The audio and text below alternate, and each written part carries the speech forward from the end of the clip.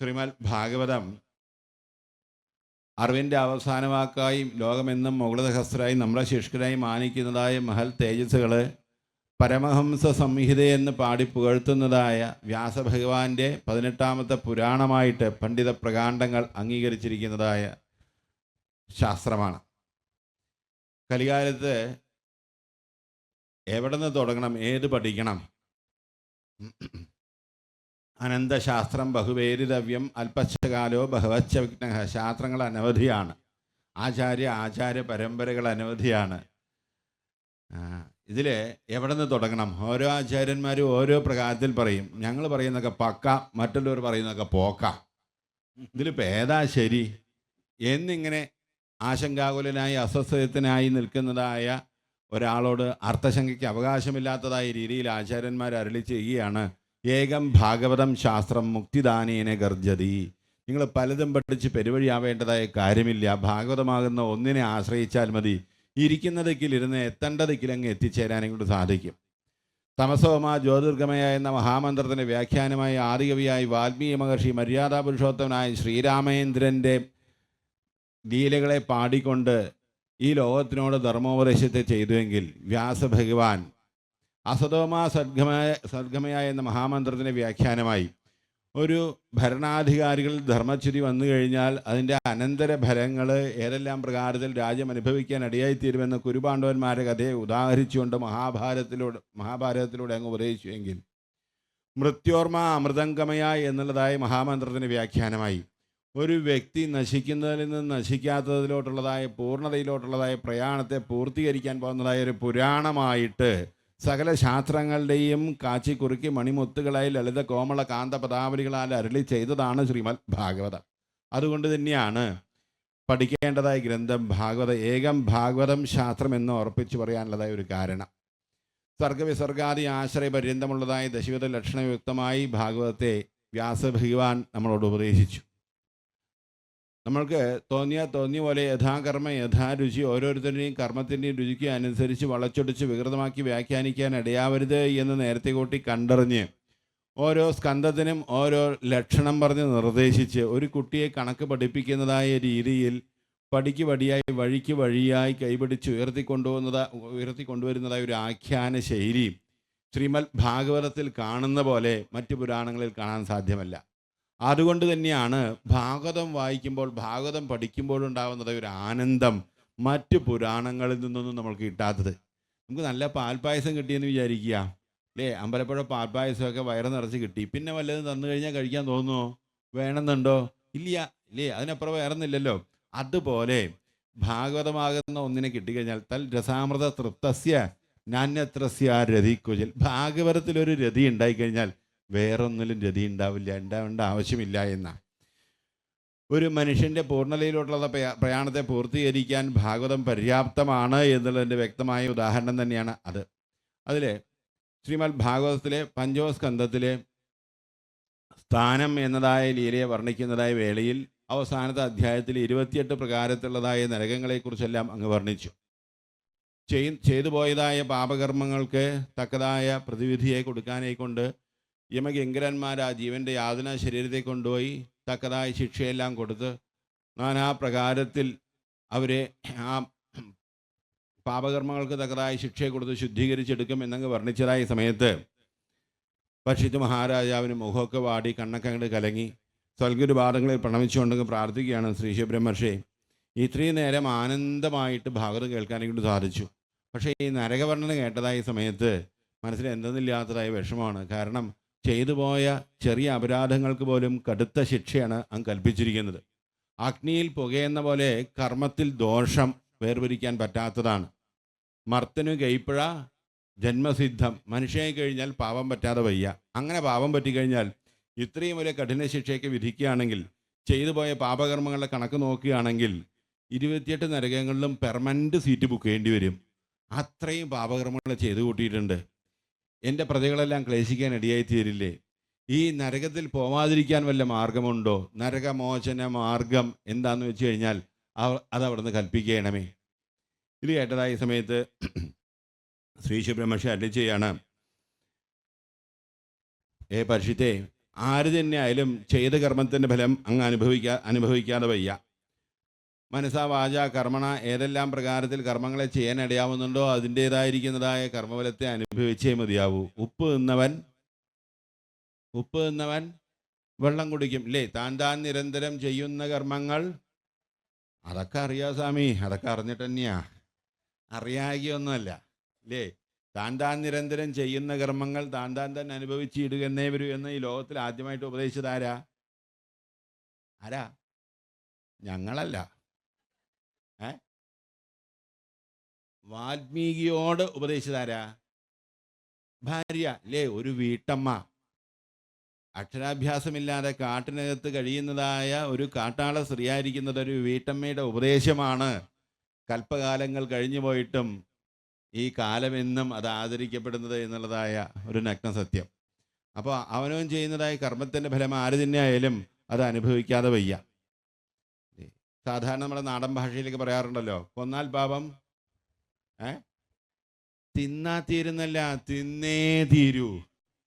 കൊന്നതിൻ്റെ പാപം അനുഭവിച്ചേ പോകുന്ന പലരും അതിനെ ധരിച്ചിരിക്കുന്നത് എന്താ, ഒന്നിനെ പിടിച്ച് കൊന്നു കഴിഞ്ഞാൽ അതിനെ തിന്നു കഴിഞ്ഞാൽ അത് ക്ലോസ്, കണക്ക് കഴിഞ്ഞു എന്നുള്ളതാ. ചെയ്തതിൻ്റെ കർമ്മം ആരായാലും അനുഭവിച്ചേ പോകും, അനുഭവിക്കാതെ പോവില്ല. ഇത് കേട്ട സമയത്ത് പരിശുദ്ധ മഹാരാജാവ് പ്രാർത്ഥിക്കുകയാണ്, ഈ ലോകത്തിലെ ഓരോരുത്തരും കർമ്മം ചെയ്യുന്നത് അവർ ആഗ്രഹിക്കുന്ന പ്രകാരത്തിലോ ഒന്നുമല്ല. സാഹചര്യങ്ങളുടെ സമ്മർദ്ദം കൊണ്ട് പലതും നമ്മൾക്ക് ചെയ്യേണ്ടതായിട്ടങ്ങ് വരും. നമ്മളുടെ കയ്യിലല്ല ഈ കർമ്മഗതി എന്ന് പറയുന്നത്.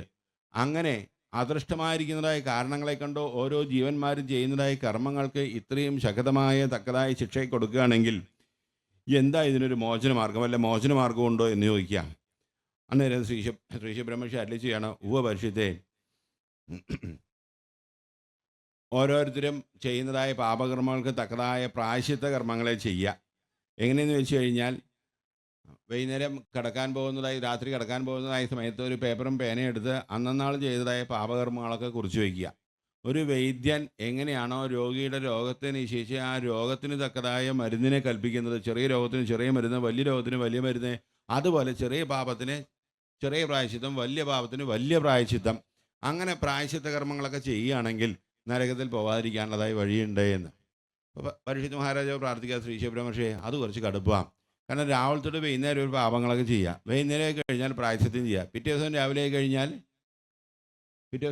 കഴിഞ്ഞാൽ വീണ്ടും ചെയ്യുക. ആളെ കണ്ടപ്പോഴേ മനസ്സിലായി ഇല്ലേ, ഇന്ന് തന്നെ എങ്ങനെയാ പറഞ്ഞത്. പിന്നെ അന്നത്തെ കാര്യം പറയാനുണ്ടോ?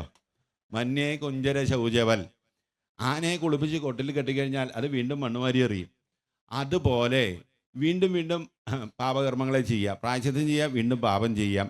അങ്ങനെ ഒരു പ്രായശ്ചിത്തം ചെയ്തിട്ട് എന്താ ഒരു കാര്യം?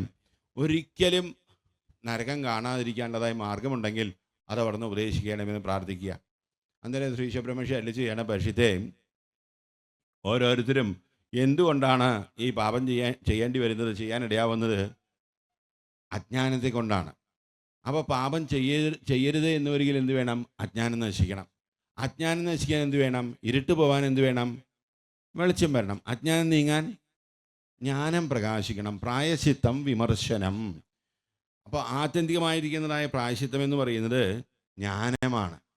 തന്നിൽ താനായിരിക്കുന്ന ആത്മസ്വരൂപിയായിരിക്കുന്നതായി തന്നെ ബോധിക്കാൻ തക്കതായ അറിവിനെ നേടിക്കഴിഞ്ഞാൽ പിന്നെ ഒരിക്കലും ഈ പാപകർമ്മങ്ങൾക്ക് അങ്ങ് അടിമയായി തീരാൻ ഇടയാവില്ല. നരകത്തിൽ നിന്ന് എന്നേക്കുമായിട്ടങ്ങ് മോചനം നേടാനെ കൊണ്ട് സാധിക്കും. അതിനെന്ത് വേണം? ആ ജ്ഞാനപ്രാപ്തിക്കായിക്കൊണ്ട് നമ്മളുടെ ജീവിതം സാധനാസമ്പന്നമായി തീരണം. തപസാ ബ്രഹ്മചര്യേണ ശമേന ജതമേന ജ ത്യാഗേന സത്യശൗചാഭ്യാമ്യമേന നിയമേന ജ യമനിയമാദികളെ കൊണ്ടും ധ്യാനദാനാദികളെ കൊണ്ടും എല്ലാം സംശുദ്ധമായിരിക്കുന്നതായ ഒരു ജീവിതത്തെ സാധനാ സമ്പത്തിയോടുകൂടി കാലം കഴിക്കുകയാണെങ്കിൽ നമ്മൾക്ക് ആ പരമജ്ഞാനത്തെ നേടി ജീവിതം പൂർണ്ണതയിലോട്ട് എത്തിക്കാനെങ്കിലും സാധിക്കും. ഒരിക്കലും നരകത്തിൽ പോവേണ്ടതായിട്ട് വരില്ല എന്ന്. ഇത് കേട്ട സമയത്ത് പരിശുദ്ധ മഹാരാജാവ് പ്രാർത്ഥിക്കണം, ശ്രീ ശിവബ്രഹ്മർഷിയെ, ഈ യമനിയമാദികളും ധ്യാനദാനാദികളൊക്കെ അന്വേഷിക്കണം എന്ന് പറഞ്ഞു കഴിഞ്ഞാൽ എങ്ങനെ? ഈ ഇരിക്കണ കോലം കണ്ടു കഴിഞ്ഞാൽ സാധിക്കുമോ വല്ലതൊക്കെ ചെയ്യാൻ? അയ്യപ്പസ്വാമി ഇരിക്കും പോലെ ഇരിക്കണത്, ഒന്ന് നേരാവണ്ണം ഇരിക്കാൻ തന്നെ വയ്യാന്നുള്ള കൂട്ടത്തിലാണ്. ഇങ്ങനെ ഇരിക്കുന്നതായ ആൾക്കാരോട് ഇനി യമനിയമാദികളൊക്കെ അനുഷ്ഠിക്കാൻ പറഞ്ഞു കഴിഞ്ഞാൽ പറ്റുന്ന പരിപാടിയാ? ഏവർക്കും സ്വീകാര്യമായിരിക്കുന്ന അക്ലിഷ്ട സുന്ദരമായി അനുഷ്ഠിക്കാൻ പറ്റുന്നതായ അനായാസനെ അനുഷ്ഠിക്കാൻ പറ്റുന്നതായ ഒരു രാജമാർഗം ഏതോ അതിനെവിടെ നിന്ന് പ്രതീക്ഷിച്ചാലും. അതാണ് നമ്മുടെ സനാതന ധർമ്മത്തിൻ്റെ ഒരു സന്ദേശം എന്ന് പറയുന്നത്. ഏതെങ്കിലും കുറച്ച് പേർക്ക് മാത്രം കുറച്ച് കാലത്ത് കുറച്ച് ദേശത്തേക്ക് മാത്രം എന്നുള്ളതായ സങ്കല്പത്തിലല്ല, വിശാലമായിരിക്കുന്നതായ വീക്ഷണഗതിയോടുകൂടിയിട്ട് സർവമാന ജനങ്ങൾക്കും ഒരുപോലെ പരമപദത്തെ പ്രാപിക്കാൻ പോകുന്നതായ മാർഗത്തെ വഴി തുറന്ന് കാണിച്ചു കൊടുത്തതായ ആചാര്യന്മാരെ കൊണ്ട് അനുഗ്രഹീതമായ പുണ്യഭൂമിയാണ് നമ്മുടെ ഭാരതം.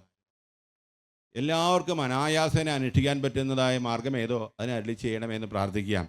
അന്നേരം ശ്രീ ശബ്രമഹർഷി അരുളി ചെയ്യണം. ഉപപരിഷിത്തെ കേഴിൽ കേവലയാ ഭക്ത്യാം വാസുദേവപരായണാഃ അകം ധുന്നന്തികാ സ്നേനം നീഹാരമിവ ഭാസ്കര.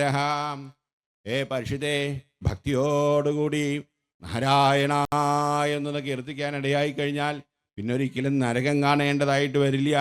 എങ്ങനെയാണോ സൂര്യൻ ഉദിച്ചു കഴിഞ്ഞാൽ മഞ്ഞും തുള്ളികൾ അപ്രത്യക്ഷമായി തീരുന്നത്, ഇരുട്ട് അപ്രത്യക്ഷമായി തീരുന്നത്, അതുപോലെ ഭഗവത് നാമ ഭദ്രദീപം നാവിൽ പ്രകാശിച്ചു കഴിഞ്ഞാൽ ഭയപ്പെടേണ്ടതായിട്ടില്ല. സകലവിധ പാപകർമ്മങ്ങൾക്കങ്ങ് പ്രായശ്ചിത്തമായി കഴിഞ്ഞു. ഗുരുവായൂരപ്പൻ്റെ തൃപ്പാദങ്ങളിൽ ഭക്തിയില്ലാതെ എത്ര തന്നെ പ്രായശ്ചിത്ത കർമ്മങ്ങൾ ചെയ്തിട്ടും കാര്യമില്ല. ഒരു കുടം കള്ള് വായി കെട്ടി ഗംഗയ്ക്കകത്തുകൊണ്ട് താഴ്ത്തി വെച്ചു എന്ന് വിചാരിക്കുക. കൽപ്പകാലങ്ങൾ കഴിഞ്ഞാലും ആ കള്ള് കള്ളല്ലാതായി തീരില്ല. കള്ള് കള്ള് തന്നെയാണ്, ഗംഗ ഗംഗ തന്നെയാണ്. മനസ്സ് ശുദ്ധമല്ലാതെ നമ്മൾ ഏത് കർമ്മങ്ങൾ ചെയ്തിട്ടും കാര്യമില്ല. ആരെപ്പോലെ? ചാത്തൻ്റെ ചൊരയ്ക്ക പോലെ എന്ന് പറയും. നിങ്ങൾ അകബൂർ ചാത്തനെ കുറിച്ച് കേട്ടിട്ടുണ്ടോ? അകബൂർ മനയ്ക്ക് ഒരു കാര്യസ്ഥനായിട്ട് ഒരു ചാത്തനുണ്ടായിരുന്നു. ഈ ചാത്തൻ ആ അകബൂർ മനയ്ക്കിലെ നമ്പൂരിപ്പാടിൻ്റെ അടുത്ത് സേവയെല്ലാം ചെയ്തു കഴിയുന്നതായ സമയത്ത് ഈ നമ്പൂരിപ്പാട് ഒരു ചെയ്യാൻ പാടില്ലാത്തതായ ഒരു അകൃത്യം, ഒരു പാപകർമ്മം ചെയ്യാനിടയായി. അന്നേരം പണ്ഡിതന്മാരെല്ലാം വിളിച്ച് ചോദിച്ചു, എന്താണ് ഇതിനൊരു പ്രായശ്ചിത്തം എന്ന് ചോദിച്ചു. ഗംഗാസ്നാനം പരമപവിത്രം എന്ന് പറഞ്ഞു. എന്നാൽ ശരി, നമുക്ക് തീർത്ഥാടനം വളരെ ഇഷ്ടമുള്ള കാര്യമാണ്, നമുക്ക് തീർത്ഥാടനത്തിന് പോവുക എന്ന് പറഞ്ഞ് തീർത്ഥാടനത്തിന് പുറപ്പെട്ടു. പോകുന്ന സമയത്ത് ഈ ചാത്തനെയും കൂടെ കൂട്ടി എല്ലാ തീർത്ഥങ്ങളിലും സ്നാനമെല്ലാം കഴിച്ചു, ഗംഗയിലും കുളിച്ചു.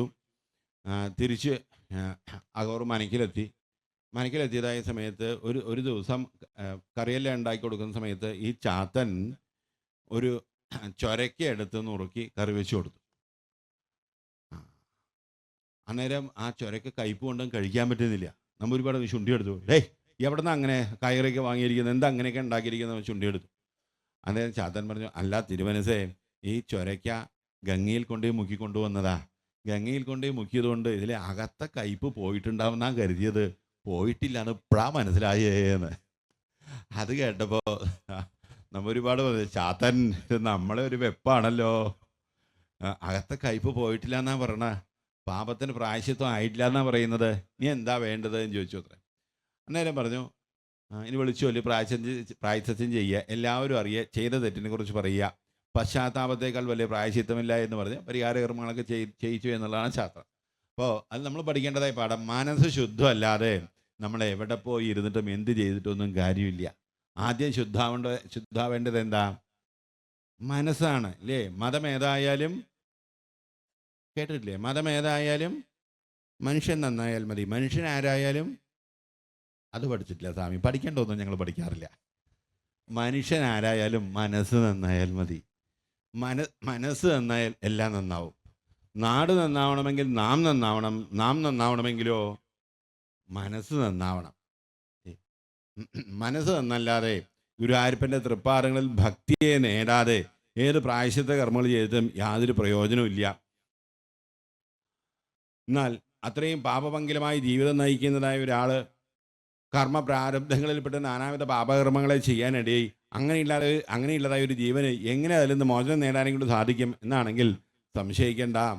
ഹേ പരിഷിതേ, സകരന്മന കൃഷ്ണപദാരവിന്ദയോർനിവേശിതം തൽഗുണരാഗിയൈരിഹാം. എന്നെങ്കിലും ഒരു നാൾ പ്രപന്ന പാരിജാതമൂർത്തിയായിരിക്കുന്നതായി മഹാപ്രഭുവിൻ്റെ തൃപ്പാദങ്ങളിലൊന്ന് നമസ്കരിച്ച് എൻ്റെ കൃഷ്ണാന്ന് വിളിക്കാൻ തക്കതായ ഒരു നാമം നാവിൽ നിന്ന് വന്നു കഴിഞ്ഞാൽ പിന്നെ ആ ജീവന് ഭയപ്പെടേണ്ടതായിട്ടില്ല. എല്ലാ പാപകർമ്മങ്ങൾക്കും ആ ജീവൻ പ്രായശ്ചിത്തം ചെയ്തു കഴിഞ്ഞു. അത് വ്യക്തമാക്കുന്നതായ ഒരു ഇതിഹാസത്തെ പറഞ്ഞു തരാം. പണ്ട് കാന്യകുബ്ജം എന്ന് പേരായിരിക്കുന്നതായ പുരത്തിൽ അജാമളൻ എന്ന് പേരായിരിക്കുന്ന ഒരു ബ്രാഹ്മണൻ ഉണ്ടായിരുന്നു. നല്ല ബ്രാഹ്മണ കുലത്തിൽ ജനിച്ച് ബ്രാഹ്മണ വൃത്തിയോടുകൂടി കഴിയുന്നതായ സമയത്ത് ഒരു നാൾ ചമതയ്ക്കുള്ളതായ ഹോമത്തിലുള്ളതായ ചമതയെല്ലാം ശേഖരിക്കുന്നതിന് വേണ്ടി കാട്ടിലോട്ടൊക്കെ പോകാനിടയായി തീർന്നു. ആ കാട്ടിൽ പോയതായ സമയത്ത് അവിടെ കുടിച്ചു കൂത്താടി കഴിയുന്നതായ ഒരു കുരടയെ കാണുവാനിടയായി. ആ കുരടയെ കണ്ടതായ നേരത്ത് നിമിഷ നേരം കൊണ്ട് തന്നെ മനസ്സതിൽ ഭ്രമിച്ചു. ആ വൃദ്ധരായ അമ്മയച്ഛന്മാരെല്ലാം മറന്നുകൊണ്ട് മദ്യവെച്ച് മതോന്മത്തനായി മദിരാക്ഷിയോടൊപ്പം ആ കാട്ടിനകത്ത് കാലം കഴിച്ചു കൂട്ടുവാനങ്ങ് ഇടയായി തീർന്നു. എന്താ, ഗുരുവായൂരപ്പനെ വഹിക്കാനെ കൊണ്ട് ഇറങ്ങി പുറപ്പെട്ടു കഴിഞ്ഞാൽ ക്ഷുരസ്യധാരാ നിശിതാധുരത്യ ദുർഗംബരസ്ഥൽ കവയോ വദന്തി. മൂർച്ചയേറിയ വാൾത്തലപ്പിൻ്റെ മുകളിലൂടെ നടക്കുന്നതായ സമയത്ത് എന്തുമാത്രം ബദ്ധശ്രദ്ധനായിരിക്കണമോ അതുപോലെയുള്ളതായ ശ്രദ്ധയുണ്ടാവണം. ശ്രദ്ധയൊന്ന് പഴച്ചാൽ വഴി പഴയ്ക്കും എന്നതായി തത്വത്തെ കാണിക്കുകയാണ്. വൃദ്ധരായ അമ്മയച്ഛന്മാരെല്ലാം മറന്ന് ഈ കാടിനകത്ത് കുലടയോടൊപ്പം കുടിച്ചു കൂത്താടി കഴിയുന്നതായ സമയത്ത് ഈ അജാമിളന് 88ാമത്തെ വയസ്സിൽ 10ാമത്തെ ഒരു പുത്രൻ ജനിക്കാനിടയായി തീർന്നു. ഒടുക്കത്തെ 10ാമത്തെ പുത്രനാണ് എന്നുള്ളത് കൊണ്ട് ഈ അജാമിളന് ഈ 10ാമത്തെ പുത്രനോട് എന്തെന്നില്ലാത്ത വാത്സല്യമായിരുന്നു. അങ്ങനെയാണല്ലോ ചെറിയ കുട്ടികളോട്, ഒടുവിലത്തെ മക്കളോട് ഒരു വാത്സല്യം കൂടില്ലേ. ഒടുവിലത്തെ മകനെ എന്താ പറയുക? എൻ്റെ അരുമ മകനാണേ എന്ന് പറയും ഇല്ലേ. മൂത്ത മകനെ എന്തു പറയും? എൻ്റെ സീമന്തപുത്രനാ, എൻ്റെ മൂത്ത മകനാ എന്ന് പറയും. ഒടുവിലത്തെ കുട്ടിയാണെങ്കിൽ എൻ്റെ അരുമ മകനെ, എൻ്റെ വയറ് കഴുകി വന്ന മകനാണേ. വയറ് കഴുകിയിട്ടാണ് ഇത്ര വന്നത്. ഡെറ്റോളിട്ട് കഴിയോ ഫിനായിലിട്ട് കഴിയോ? എന്നാലും ആ മാതൃവാത്സല്യത്തിൻ്റെ മാധുര്യത്തെ പറയാണ് ആ ഇളയ കുട്ടികളോട് അമ്മയ്ക്കുള്ളതായ ഒരു വാത്സല്യം. ഇത് ഒടുവിലത്തെ കുട്ടിയാണ് എന്നുള്ളത് കൊണ്ടൊരു വാത്സല്യം കൂടുതലായിരുന്നു. അതുകൊണ്ട് ചിന്ത മുഴുവൻ അജാമിളന് നാരായണനെ കുറിച്ചായിരുന്നു. നാരായണ കഴിച്ചോ? നാരായണ കിടന്നോ? നാരായണ വന്നോ? നാരായണൻ എന്താ അവിടെ ഇരിക്കുന്ന? നാരായണൻ അവിടെ ഇരിക്കോ? നാരായണൻ്റെ അടുത്തിരിക്കോ? അല്ലേ? എന്ത് പറയുകയാണെങ്കിലും ഒക്കെ അനുസരണയുള്ള നാരായണനാ. നാരായണ ഇരിക്കും പറഞ്ഞാൽ നാരായണൻ ഇരിക്കും. ഊണിലും ഉറക്കത്തിലും ഈ നാരായണനെ കുറിച്ചുള്ള ചിന്തയായതുകൊണ്ട് നാരായണ നാരായണ നാരായണ വിളിച്ച് നിത്യേന 21,000 നാരായണനാമം ജപിച്ചിരുന്നു അത്ര. അറിയാതെ ആണെങ്കിൽ പോലും ഈ അജാമിളൻ്റെ നാവിൽ നിന്നും ഈ നാരായണനാമം അങ്ങ് വന്നിരുന്നു എന്നാ. അങ്ങനെ ഇരിക്കുകയാണ് ഒരു നാൾ ഈ അജാമിളൻ ചെയ്തു പോയ പാപകർമ്മങ്ങളുടെ പരിണത ഫലമായിട്ട് അന്ത്യശൈലം കിടപ്പായി. അന്ത്യശൈൽ കിടപ്പായ സമയത്ത് ഈ അജാമിളൻ്റെ യാതനാ ശരീരത്തിൽ കൊണ്ടുപോകുന്നതിനെ കൊണ്ട് കാലഭടന്മാരവിടെ പ്രത്യക്ഷമായി. ഏതൊരു പാപജീവന്മാർക്കും നഗ്ന നേത്രങ്ങളെ കൊണ്ട് ഈ കാലഭടന്മാരെ കാണാനെ കൊണ്ട് സാധിക്കുമോ അത്രേ. ഈ കാലഭടന്മാരെ എങ്ങനെയാണ് വരുന്നത്? കാലഭടന്മാരുടെ വാഹനം ഏതാ? ബൈക്കോ? കാലഭടന്മാരുടെ വാഹനം ഏതാ? പോത്ത് അല്ലേ. പോത്തിന്റെ പുറത്ത് കയ്യിൽ എന്തൊക്കെ ഉണ്ടാവും? ആയുധങ്ങൾ എന്തൊക്കെയാ? കയറോ? കൃത്യമായി പറയണ്ടല്ലോ, കണ്ട പോലെ. ഒരു കയ്യിൽ കയറുണ്ടാവും. പിന്നെ നമ്മ വാളോ? ആഹാ. സ്വഭാഷകസ്ഥാൻ ത്രയം ദൃഷ്ട്വാ പുരുഷാൻ പൃച്ഛദാരുണാൻ. കാലപാശവും കാലദണ്ഡവും കയ്യിലേന്തിക്കൊണ്ട് ഉരുട്ടിമിഴിച്ച് കണ്ണുകളോടുകൂടി പരിപരുത്തതായ ശരീരത്തോടുകൂടി എടുത്തു പിടിച്ചു നിൽക്കുന്നതായ രോമരാജികളോടുകൂടി കൂർത്തമൂർത്തതായ ആ ധംക്ഷകളെല്ലാം പുറത്ത് കാണിച്ചുകൊണ്ട് ആര് കണ്ടു കഴിഞ്ഞാലും ഭയപ്പെടുന്ന ഉഗ്രമൂർത്തികളായിരിക്കുന്നതായ ഈ കാലകിങ്കരന്മാരെ കണ്ടതായ സമയത്ത് ഈ അജാമിളനാവട്ടെ കിടുകിടേന്നങ്ങ് പറയ്ക്കുകയാണ്. ദൂരേ ക്രീഡനകാസക്തം പുത്രം നാരായണാഹോയം.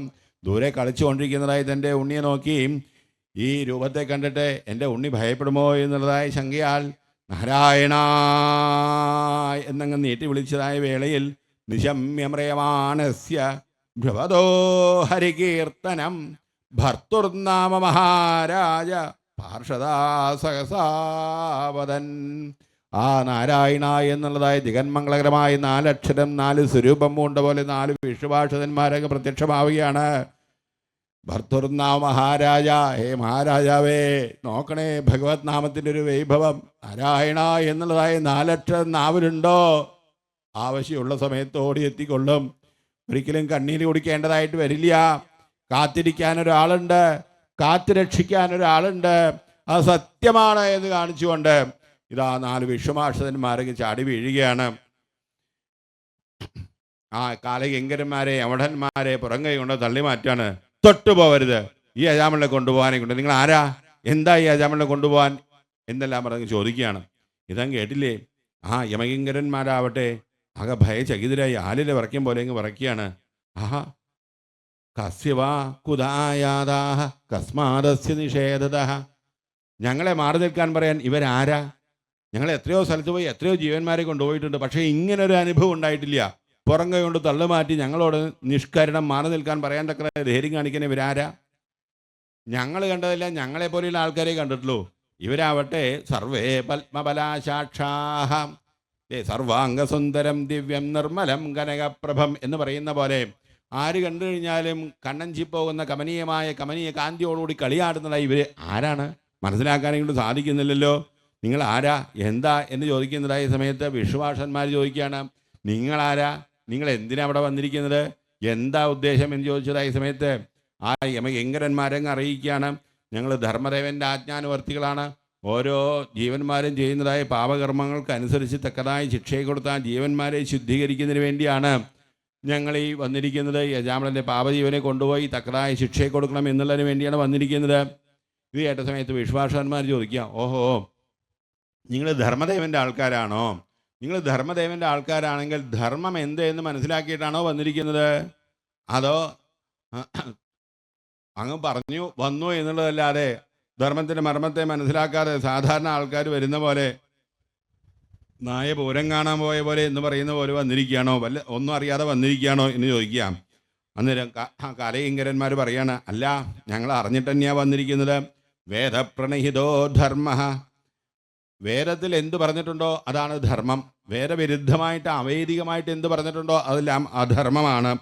വേദം എന്ന് വെച്ചാൽ വേദോ നാരായണ സാക്ഷാൽ ഭഗവാൻ തന്നെയാണ്, വേദമൂർത്തിയാണ് ഭഗവാൻ എന്ന് പറയുന്നത്. അപ്പോൾ വേദവിരുദ്ധമായിരിക്കുന്നതായ മാർഗത്തിൽ ജീവിക്കുന്നതായ ആൾക്കാർക്കെല്ലാം തക്കതായ ശിക്ഷയെ കൊടുക്കുക എന്നുള്ളതാണ് ഞങ്ങളുടെ ധർമ്മദേവൻ്റെ ആജ്ഞപ്രകാരം ഞങ്ങൾ ചെയ്തു വരുന്നത് എന്ന്. അന്നേരം ചോദിക്കുക, നിങ്ങളുടെ ധർമ്മദേവനെ എവിടെയായിരിക്കുന്നത്? സംയമനീപുരിയിൽ. സംയമനീപുരി എന്ന് വെച്ചാൽ ഇല്ലേ, തെക്ക് ദിക്കിൽ ഭൂമിക്കടിയിൽ ജലത്തിൻ്റെ മുകളിൽ ഇപ്പോൾ വായിച്ച ഭാഗത്തെല്ലാം പറയുന്നുണ്ട്. അപ്പോൾ ഈ സംയമനീപുരിയിലിരിക്കുന്നതായ ആ ധർമ്മദേവന് ഈ ലോകത്തിലെ ആൾക്കാർ ചെയ്യുന്നതായ പാപകർമ്മങ്ങളെക്കുറിച്ചൊക്കെ എങ്ങനെ അറിയാനെങ്കിലും സാധിക്കും? ആരെങ്കിലും പാപകർമ്മങ്ങൾ ചെയ്യുന്ന സമയത്ത് എല്ലാവരും കൊട്ടിഘോഷിച്ചിട്ട് അറിയിച്ചിട്ടാണോ പാപകർമ്മങ്ങൾ ചെയ്യാം? ഈ കള്ളന്മാർ കക്കാൻ വരുന്നൊക്കെ എപ്പോഴാ? ഇവിടെ കള്ളന്മാരില്ലേ ഇവിടെ? എന്താ അടുത്തിരിക്കുന്ന ആളെ നോക്കണം ഏ കള്ളന്മാരെപ്പോഴാണ് വരിക? രാത്രിയാണ് വരുന്നത്. എന്തുകൊണ്ടാണ് രാത്രി വരുന്നത്? പകൽ വന്നാൽ പിടിക്കും, അടിക്കും, ഇല്ലേ? ചെയ്യുന്ന തെറ്റാണെന്നുള്ള കാര്യം കള്ളന് ഉപബോധ മനസ്സിൽ ഉള്ളിലുണ്ട്. അതുകൊണ്ട് തന്നെയാണ് രാത്രി വരുന്നത്. അപ്പോൾ ഈ പാപകർമ്മങ്ങൾ ചെയ്യുന്നതായി ജീവന്മാർ ആരൊക്കെയാണ് പാപകർമ്മം ചെയ്യുന്നത് എങ്ങനെ അറിയാനെങ്കിലും സാധിക്കും? സംയമനിയിലിരിക്കുന്നു ധർമ്മദേവൻ, ഭൂമിയിലിരിക്കുന്നു ജനങ്ങൾ, ജീവന്മാർ. ഇതെങ്ങനെ മനസ്സിലാക്കാനെങ്കിലും സാധിക്കും? അത് അറിഞ്ഞിട്ടാണോ നിങ്ങൾ വന്നിരിക്കുന്നത് എന്ന് ചോദിക്കുക. അന്നേരം പറയാം, ഈ ഭൂമിയിൽ കഴിയുന്നതായ ആര് തന്നെ ആയിക്കൊള്ളട്ടെ, ഏത് ജീവന്മാരെ എവിടെ ഏത് പ്രകാരത്തിൽ ജീവിക്കുന്നതായ ആൾക്കാർ തന്നെയായാലും അവർ ചെയ്യുന്നതായ ആ കർമ്മങ്ങളെല്ലാം പുണ്യപാപങ്ങൾക്ക് അനുസരിച്ചുള്ളതാണോ എന്ന് നോക്കാനായിക്കൊണ്ട് 11 സാക്ഷികളെ ചുമതലപ്പെടുത്തിയിട്ടുണ്ട്. സൂര്യോഗ്നിഘമ്മരുൽഘാവഹ സോമസന്ധ്യാഹനീരുഷയം കംകുകാലോ ധർമ്മ ഇതി ഹേതേതയസ്യ സാക്ഷിണഃ.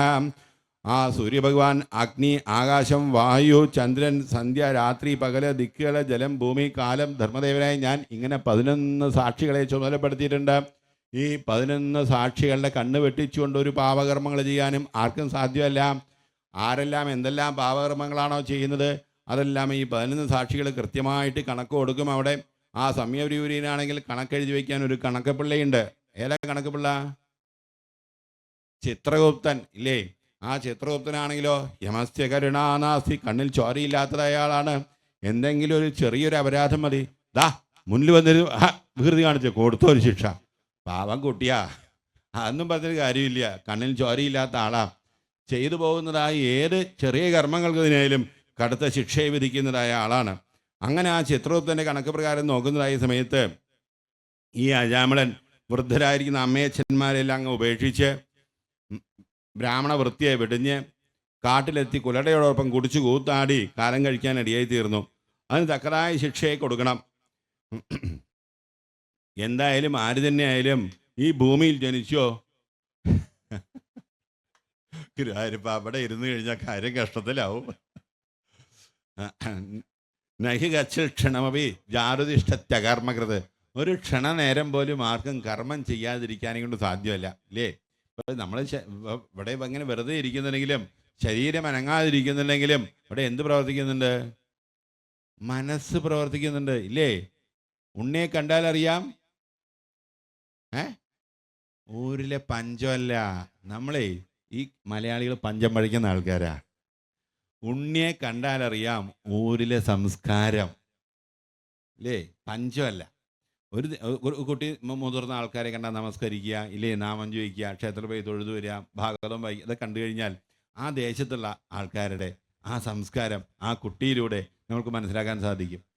ഉണ്ണിയെ കണ്ടാലറിയാം ഊരിലെ സംസ്കാരം എന്നുള്ളത് നമ്മൾ പറഞ്ഞ് ഊരിലെ പഞ്ചെന്നാക്കി തീർത്തു ഇല്ലേ?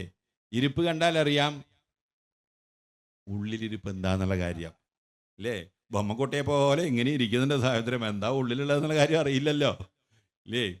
അപ്പോൾ ശരീരം വെറുതെ ഇരിക്കുന്നുണ്ടാവും, മനസ്സുകൊണ്ട് 100 കൂട്ടം കാര്യങ്ങൾ ഇങ്ങനെ ചിന്തിച്ച് കൂട്ടുന്നുണ്ടാവും. ടെലിവിഷൻ സ്ക്രീനിൽ ചിത്രങ്ങൾ ഓടുന്ന പോലെ ഓരോ കർമ്മങ്ങൾ ഇങ്ങനെ ചെയ്തുകൊണ്ടിരിക്കുന്നുണ്ടാവും.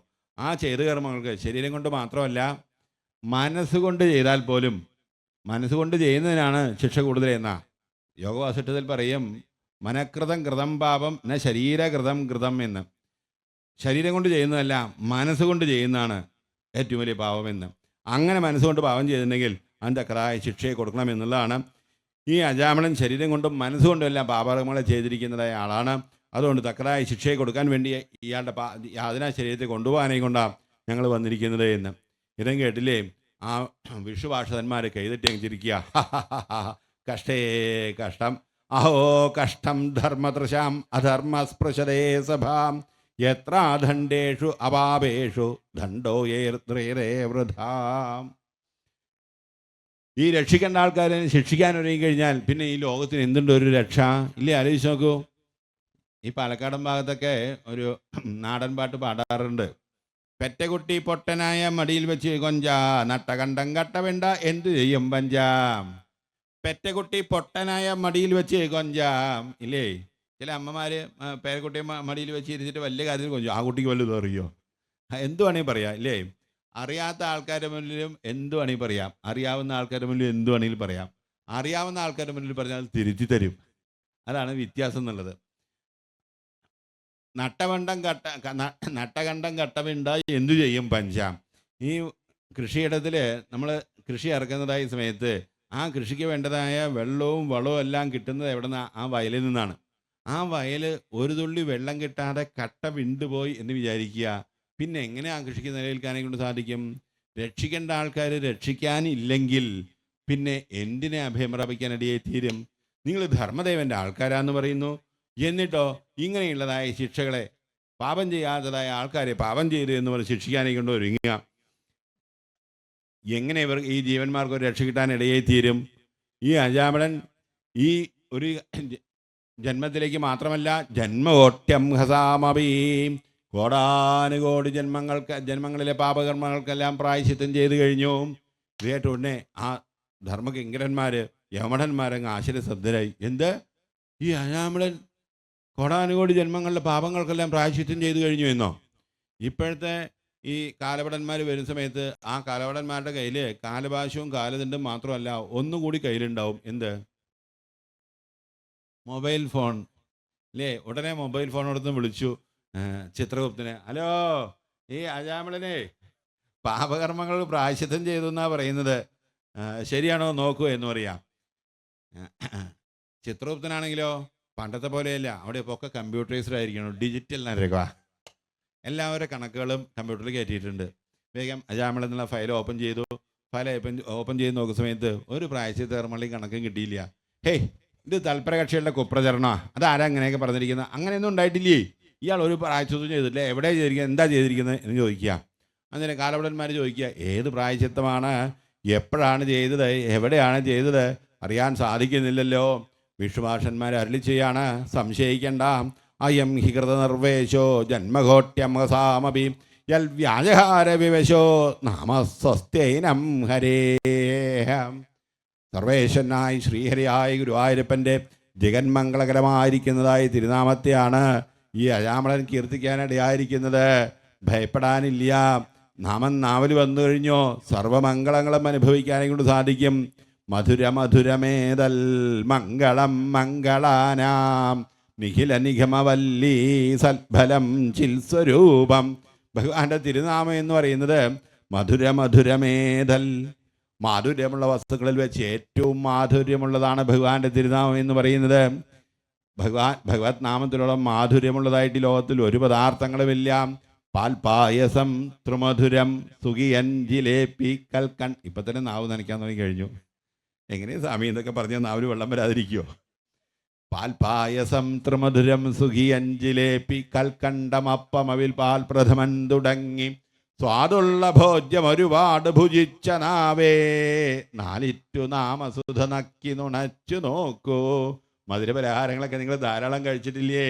ഭഗവത് നാമത്തിനുള്ള മാധുര്യമുള്ളതായിട്ട് ഏതെങ്കിലും ഒരു പദാർത്ഥത്തെ കണ്ടെത്താനെ കൊണ്ട് സാധിച്ചിട്ടുണ്ടോ? നല്ല പാൽപ്പായസം തരുന്ന സമയത്ത്, ഉച്ചയ്ക്ക് ഊണിന് പാൽപ്പായസം കിട്ടുന്ന സമയത്ത് കുടിക്കാൻ നല്ല സുഖം. ഓ സൂപ്പറായിട്ടുണ്ട്, ഗംഭീരമുണ്ട്, അമ്പലപ്പുഴ പാൽപ്പായസം പോലെയുണ്ട്. എന്തൊരു പാൽപ്പായസ, എന്തൊരു മധുര, വളരെ ഗംഭീരം എന്ന് പറഞ്ഞ് നമ്മൾ ആർത്തിയോടുകൂടി ആവേശത്തോടുകൂടി ആഗ്രഹത്തോടുകൂടി ഇരം കഴിക്കും. അതേ സമയത്ത് നാമം ജപിക്കുന്ന സമയത്ത് ആരെങ്കിലും അങ്ങനെ ജപിക്കാറുണ്ടോ? നാരായണ എന്തൊരു മധുരം, ഹു നാരായണ നാരായണ നാരായണ നാരായണ, അങ്ങനെ ആരും ജപിക്കാറില്ലല്ലോ. എന്നാൽ നാമത്തിന് മാധുര്യം ഉണ്ടെങ്കിൽ അങ്ങനെ അനുഭവിക്കേണ്ടല്ലേ, അനുഭവിക്കാൻ സാധിക്കുന്നില്ലല്ലോ. എന്നാണെങ്കിൽ ഭഗവത് നാമത്തിന് മാധുര്യമില്ലായെല്ലാം പനി പിടിച്ചിരിക്കുന്നതായ ഒരാൾക്ക് മധുരമുള്ളതായ ചായയോ കാപ്പിയോ കൊടുത്തു കഴിഞ്ഞാൽ അത് കയ്പായിട്ടാണ് തോന്നുക. ചായക്ക് മധുരമില്ലായെയല്ല, പിന്നെയോ പനിയാണ് അതിന് കാരണം. അതുപോലെ വിഷയപ്പനി പിടിച്ചിരിക്കുന്നതായ ആൾക്കാർക്ക് ഭഗവത് നാമത്തിൻ്റെ മാധുര്യം നുകരാനെ കൊണ്ട് സാധ്യമല്ല. വാൽമീകി ദേവമുനി കാകപുസുണ്ടി തൊട്ട നാമാമൃതാസ്വരസമുണ്ട മഹാജനങ്ങൾ പ്രാർത്ഥിച്ചിടുന്നു പലവട്ടമതാസ്വദിക്കാൻ 100,000 രസന കിട്ടണമെന്നു മാത്രം.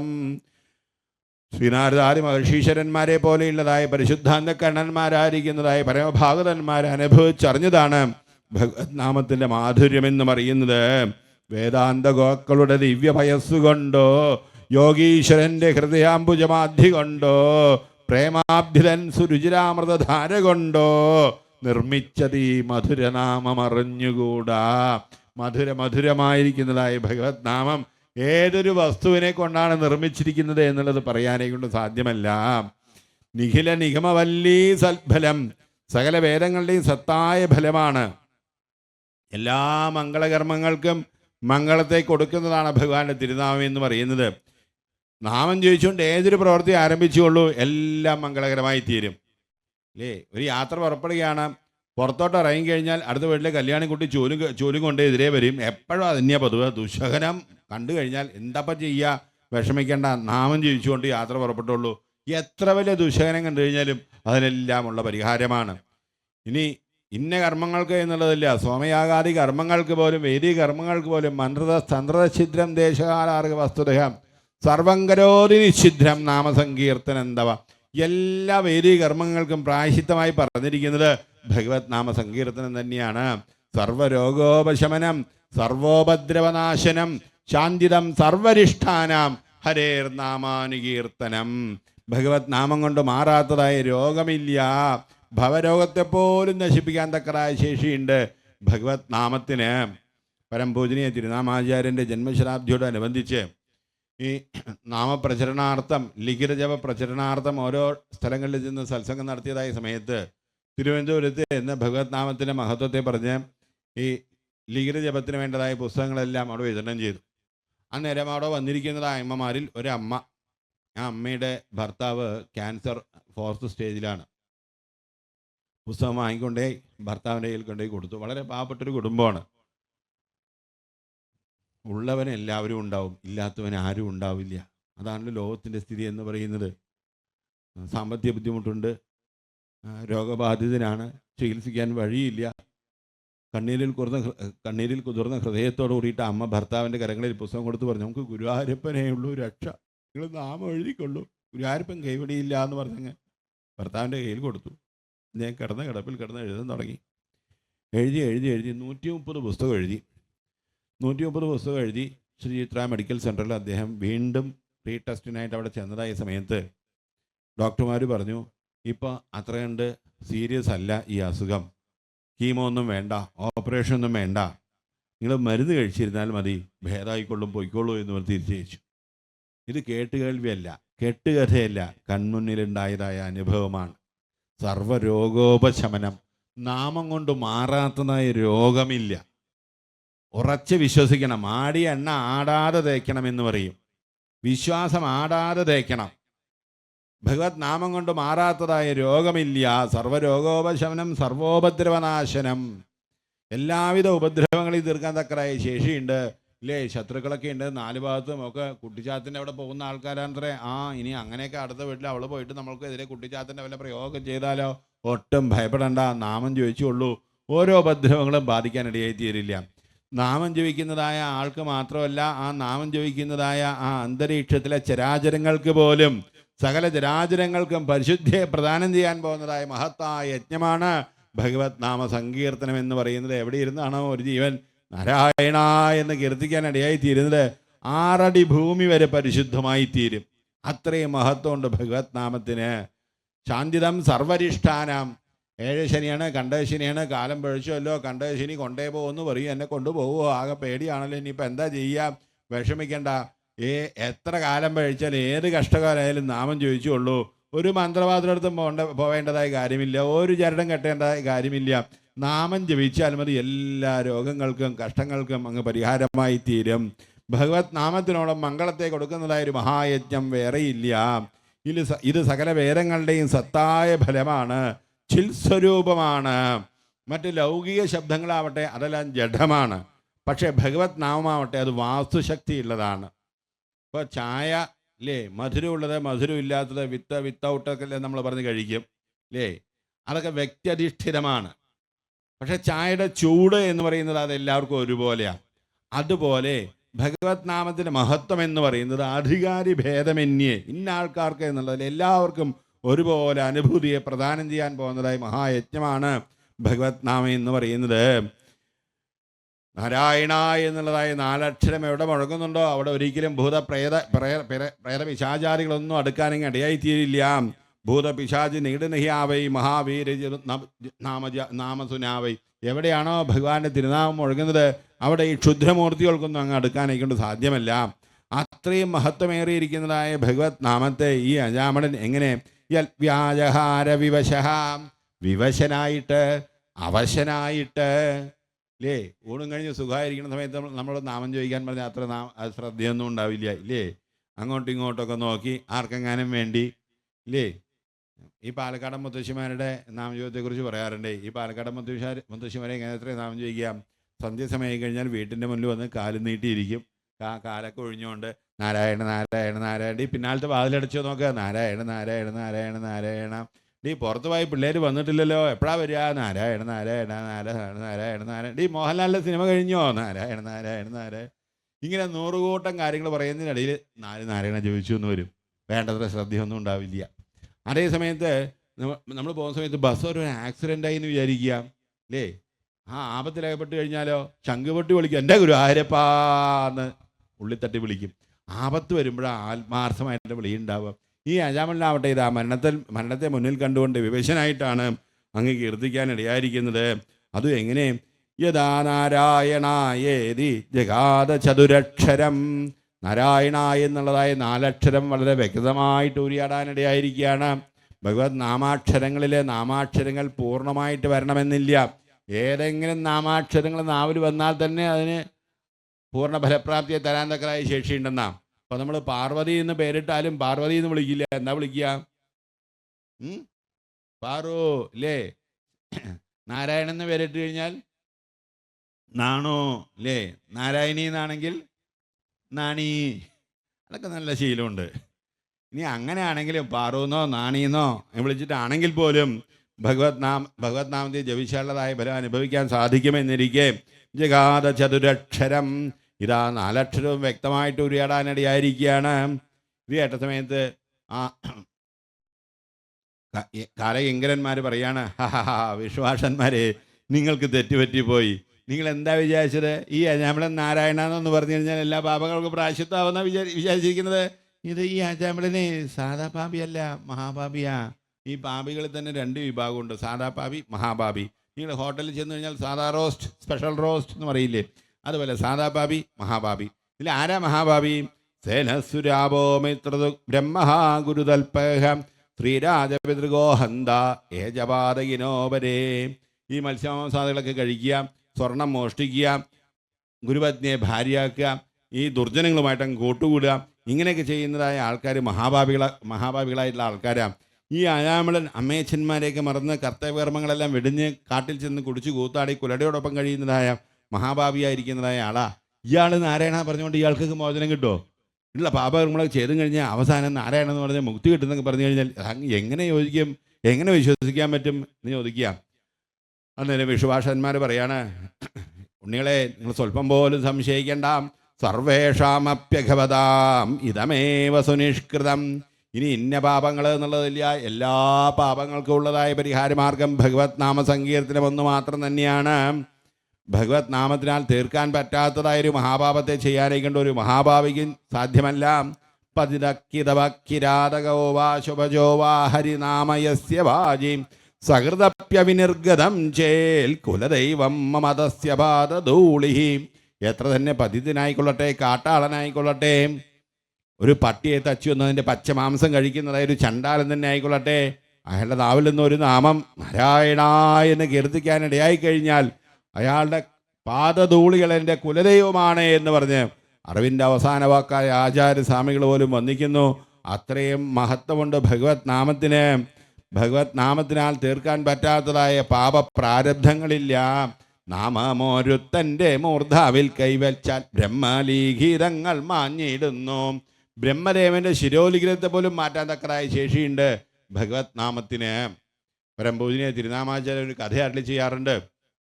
വില്യമംഗല സ്വാമിയാരുടെ കാലത്ത് ഒരു ഭക്തൻ കലശലായിട്ടുള്ള വയറുവേദനയായിട്ടങ്ങ് ഗുരുവായൂർ ഭജനത്തിനായി കൊണ്ടുവന്നു. വയറുവേദന കൊണ്ട് സഹിക്കാനെങ്കിലും സാധിക്കുന്നില്ല, പല ചികിത്സകളും ചെയ്തു നോക്കി, ഒട്ടും കുറവില്ല. എല്ലാ ആശകളും കൈവടിഞ്ഞതായ സമയത്താണ് ഗുരുവായൂരപ്പൻ മാത്രമാണ് ഏകാശ്രമം എന്ന് പറഞ്ഞ് ഗുരുവായൂരപ്പൻ്റെ സന്നിധിയിലെത്തിയത്. അന്നേരം അവിടെ വെച്ച് സ്വാമികളെ കണ്ടു. സ്വാമികൾക്ക് പൂജ സമയത്ത് ഭഗവാൻ നഗ്നനേത്രങ്ങളെ കൊണ്ട് ദർശനം നൽകി അനുഗ്രഹിക്കുമെന്നുള്ള കാര്യം ലോകം മുഴുവൻ അറിയാവുന്നതായ ഒരു സംഗതിയാണ്. സ്വാമികളുടെ പാദങ്ങളിൽ ചെന്ന് നമസ്കരിച്ചു. പൂജ സമയത്ത് ഭഗവാൻ പ്രത്യക്ഷപ്പെടുന്നതായ വേളയിൽ ഈ പാവത്തിൻ്റെ സങ്കടം കൂടി ഉണർത്തിക്കണം. ആരുമില്ല, അനാഥനാണ്, സഹിക്കവയ്യ, രോഗം കൊണ്ട് പീഡിതനായി കഴിയുകയാണ്. ഇളവൻ്റെ വയറുവേദന ഒന്ന് മാറ്റത്തിലാവുന്ന പ്രാർത്ഥിക്കണേ, ഗുരുവായൂരപ്പനോടൊന്ന് പ്രാർത്ഥിക്കണേ എന്ന് പറഞ്ഞ് കണ്ണീര് വാർത്തുകൊണ്ടെന്ന് നമസ്കരിച്ചു. മഹാത്മാക്കൾ വെണ്ണ പോലെ ഒരുങ്ങുന്ന ഹൃദയത്തിൻ്റെ ഉടമകളായിരിക്കുന്ന ആൾക്കാരായിരിക്കുമല്ലോ. സ്വാമിയാരെ പൂജ സമയത്ത് ഭഗവാൻ പ്രത്യക്ഷപ്പെട്ടതായ സമയത്ത് ഭഗവാനോടൊന്ന് ഉണർത്തിക്കുകയാണ്. പ്രഭോ, ഒരു ഭക്തൻ വന്നിങ്ങനെ സങ്കടം ഉണർത്തിച്ചിട്ടുണ്ട്, വയറുവേദന കലശലായിട്ട് സഹിക്കവയ്യാതെ നിലവിളിക്കുകയാണ്, ഒന്ന് അനുഗ്രഹിക്കണേ പ്രഭോ എന്ന് പറയുക. അന്നേരം ഭഗവാൻ കൽപ്പിക്കുകയാണ്, സ്വാമിയാരെ ഈ ജന്മത്തിലല്ല 7 ജന്മത്തിൽ അത് അയാൾക്ക് അനുഭവിക്കാനുള്ള പ്രാരബ്ധ. മഹാപ്രഭുവിൻ്റെ ആ തിരുവായ് മൊഴി കേട്ട ഉടനെ സ്വാമിയാർ ആ ഭക്തനോട് ചെന്ന് അറിയിക്കുകയാണ്, നിങ്ങൾക്ക് 7 ജന്മം അനുഭവിക്കാനുള്ള പ്രാരബ്ധമാണ് നിങ്ങളിപ്പോൾ അനുഭവിക്കുന്നത് എന്ന്. ഇത് കേട്ടോടനെ ആ ഭക്തൻ അങ്ങ് പൊട്ടി കരയാണ്. എന്ത് ഗുരുവായൂരപ്പൻ പോലും എന്നെ കൈപിടിച്ചു എന്നോ, എൻ്റെ ഗുരുവായൂരപ്പനെ ആശ്രയിച്ചു കഴിഞ്ഞാൽ എന്തെങ്കിലും ഒരു വഴി കാണും, ഗുരുവായൂരപ്പൻ്റെ അസുഖം ഭേദമാക്കി തരുമെന്ന് പറഞ്ഞ് ഇങ്ങോട്ട് വന്നു. 7 ജന്മം അനുഭവിക്കണമെന്ന് ഗുരുവായൂരപ്പൻ പോലും കൽപ്പിക്കുകയാണെങ്കിൽ ആരുണ്ടൊരു ഗതി, എനിക്ക് സഹിക്കവയ്യേ എൻ്റെ ഗുരുവായൂരപ്പ എന്ന് പറഞ്ഞ് പൊട്ടി കരഞ്ഞുകൊണ്ട് തേങ്ങി കരഞ്ഞുകൊണ്ട് പ്രദർശനം വയ്ക്കുകയാണ്. അന്നേരം പരമഭക്തയായ കുറൂരമ്മയെ കാണാനിടയായി. നടന്ന വൃത്താന്തങ്ങളെല്ലാം കുറൂരമ്മയോടങ്ങ് അറിയിച്ചു. അന്നേരം കുറൂര് പറഞ്ഞു, നീ പേടിക്കണ്ട, വിഷമിക്കണ്ട, അച്യുതാനന്ദ ഗോവിന്ദ നാമോച്ചാരണ ഭേഷജാൽ നശന്തി സകലാൻ രോഗാൻ സത്യം സത്യം വദാമ്യഹം.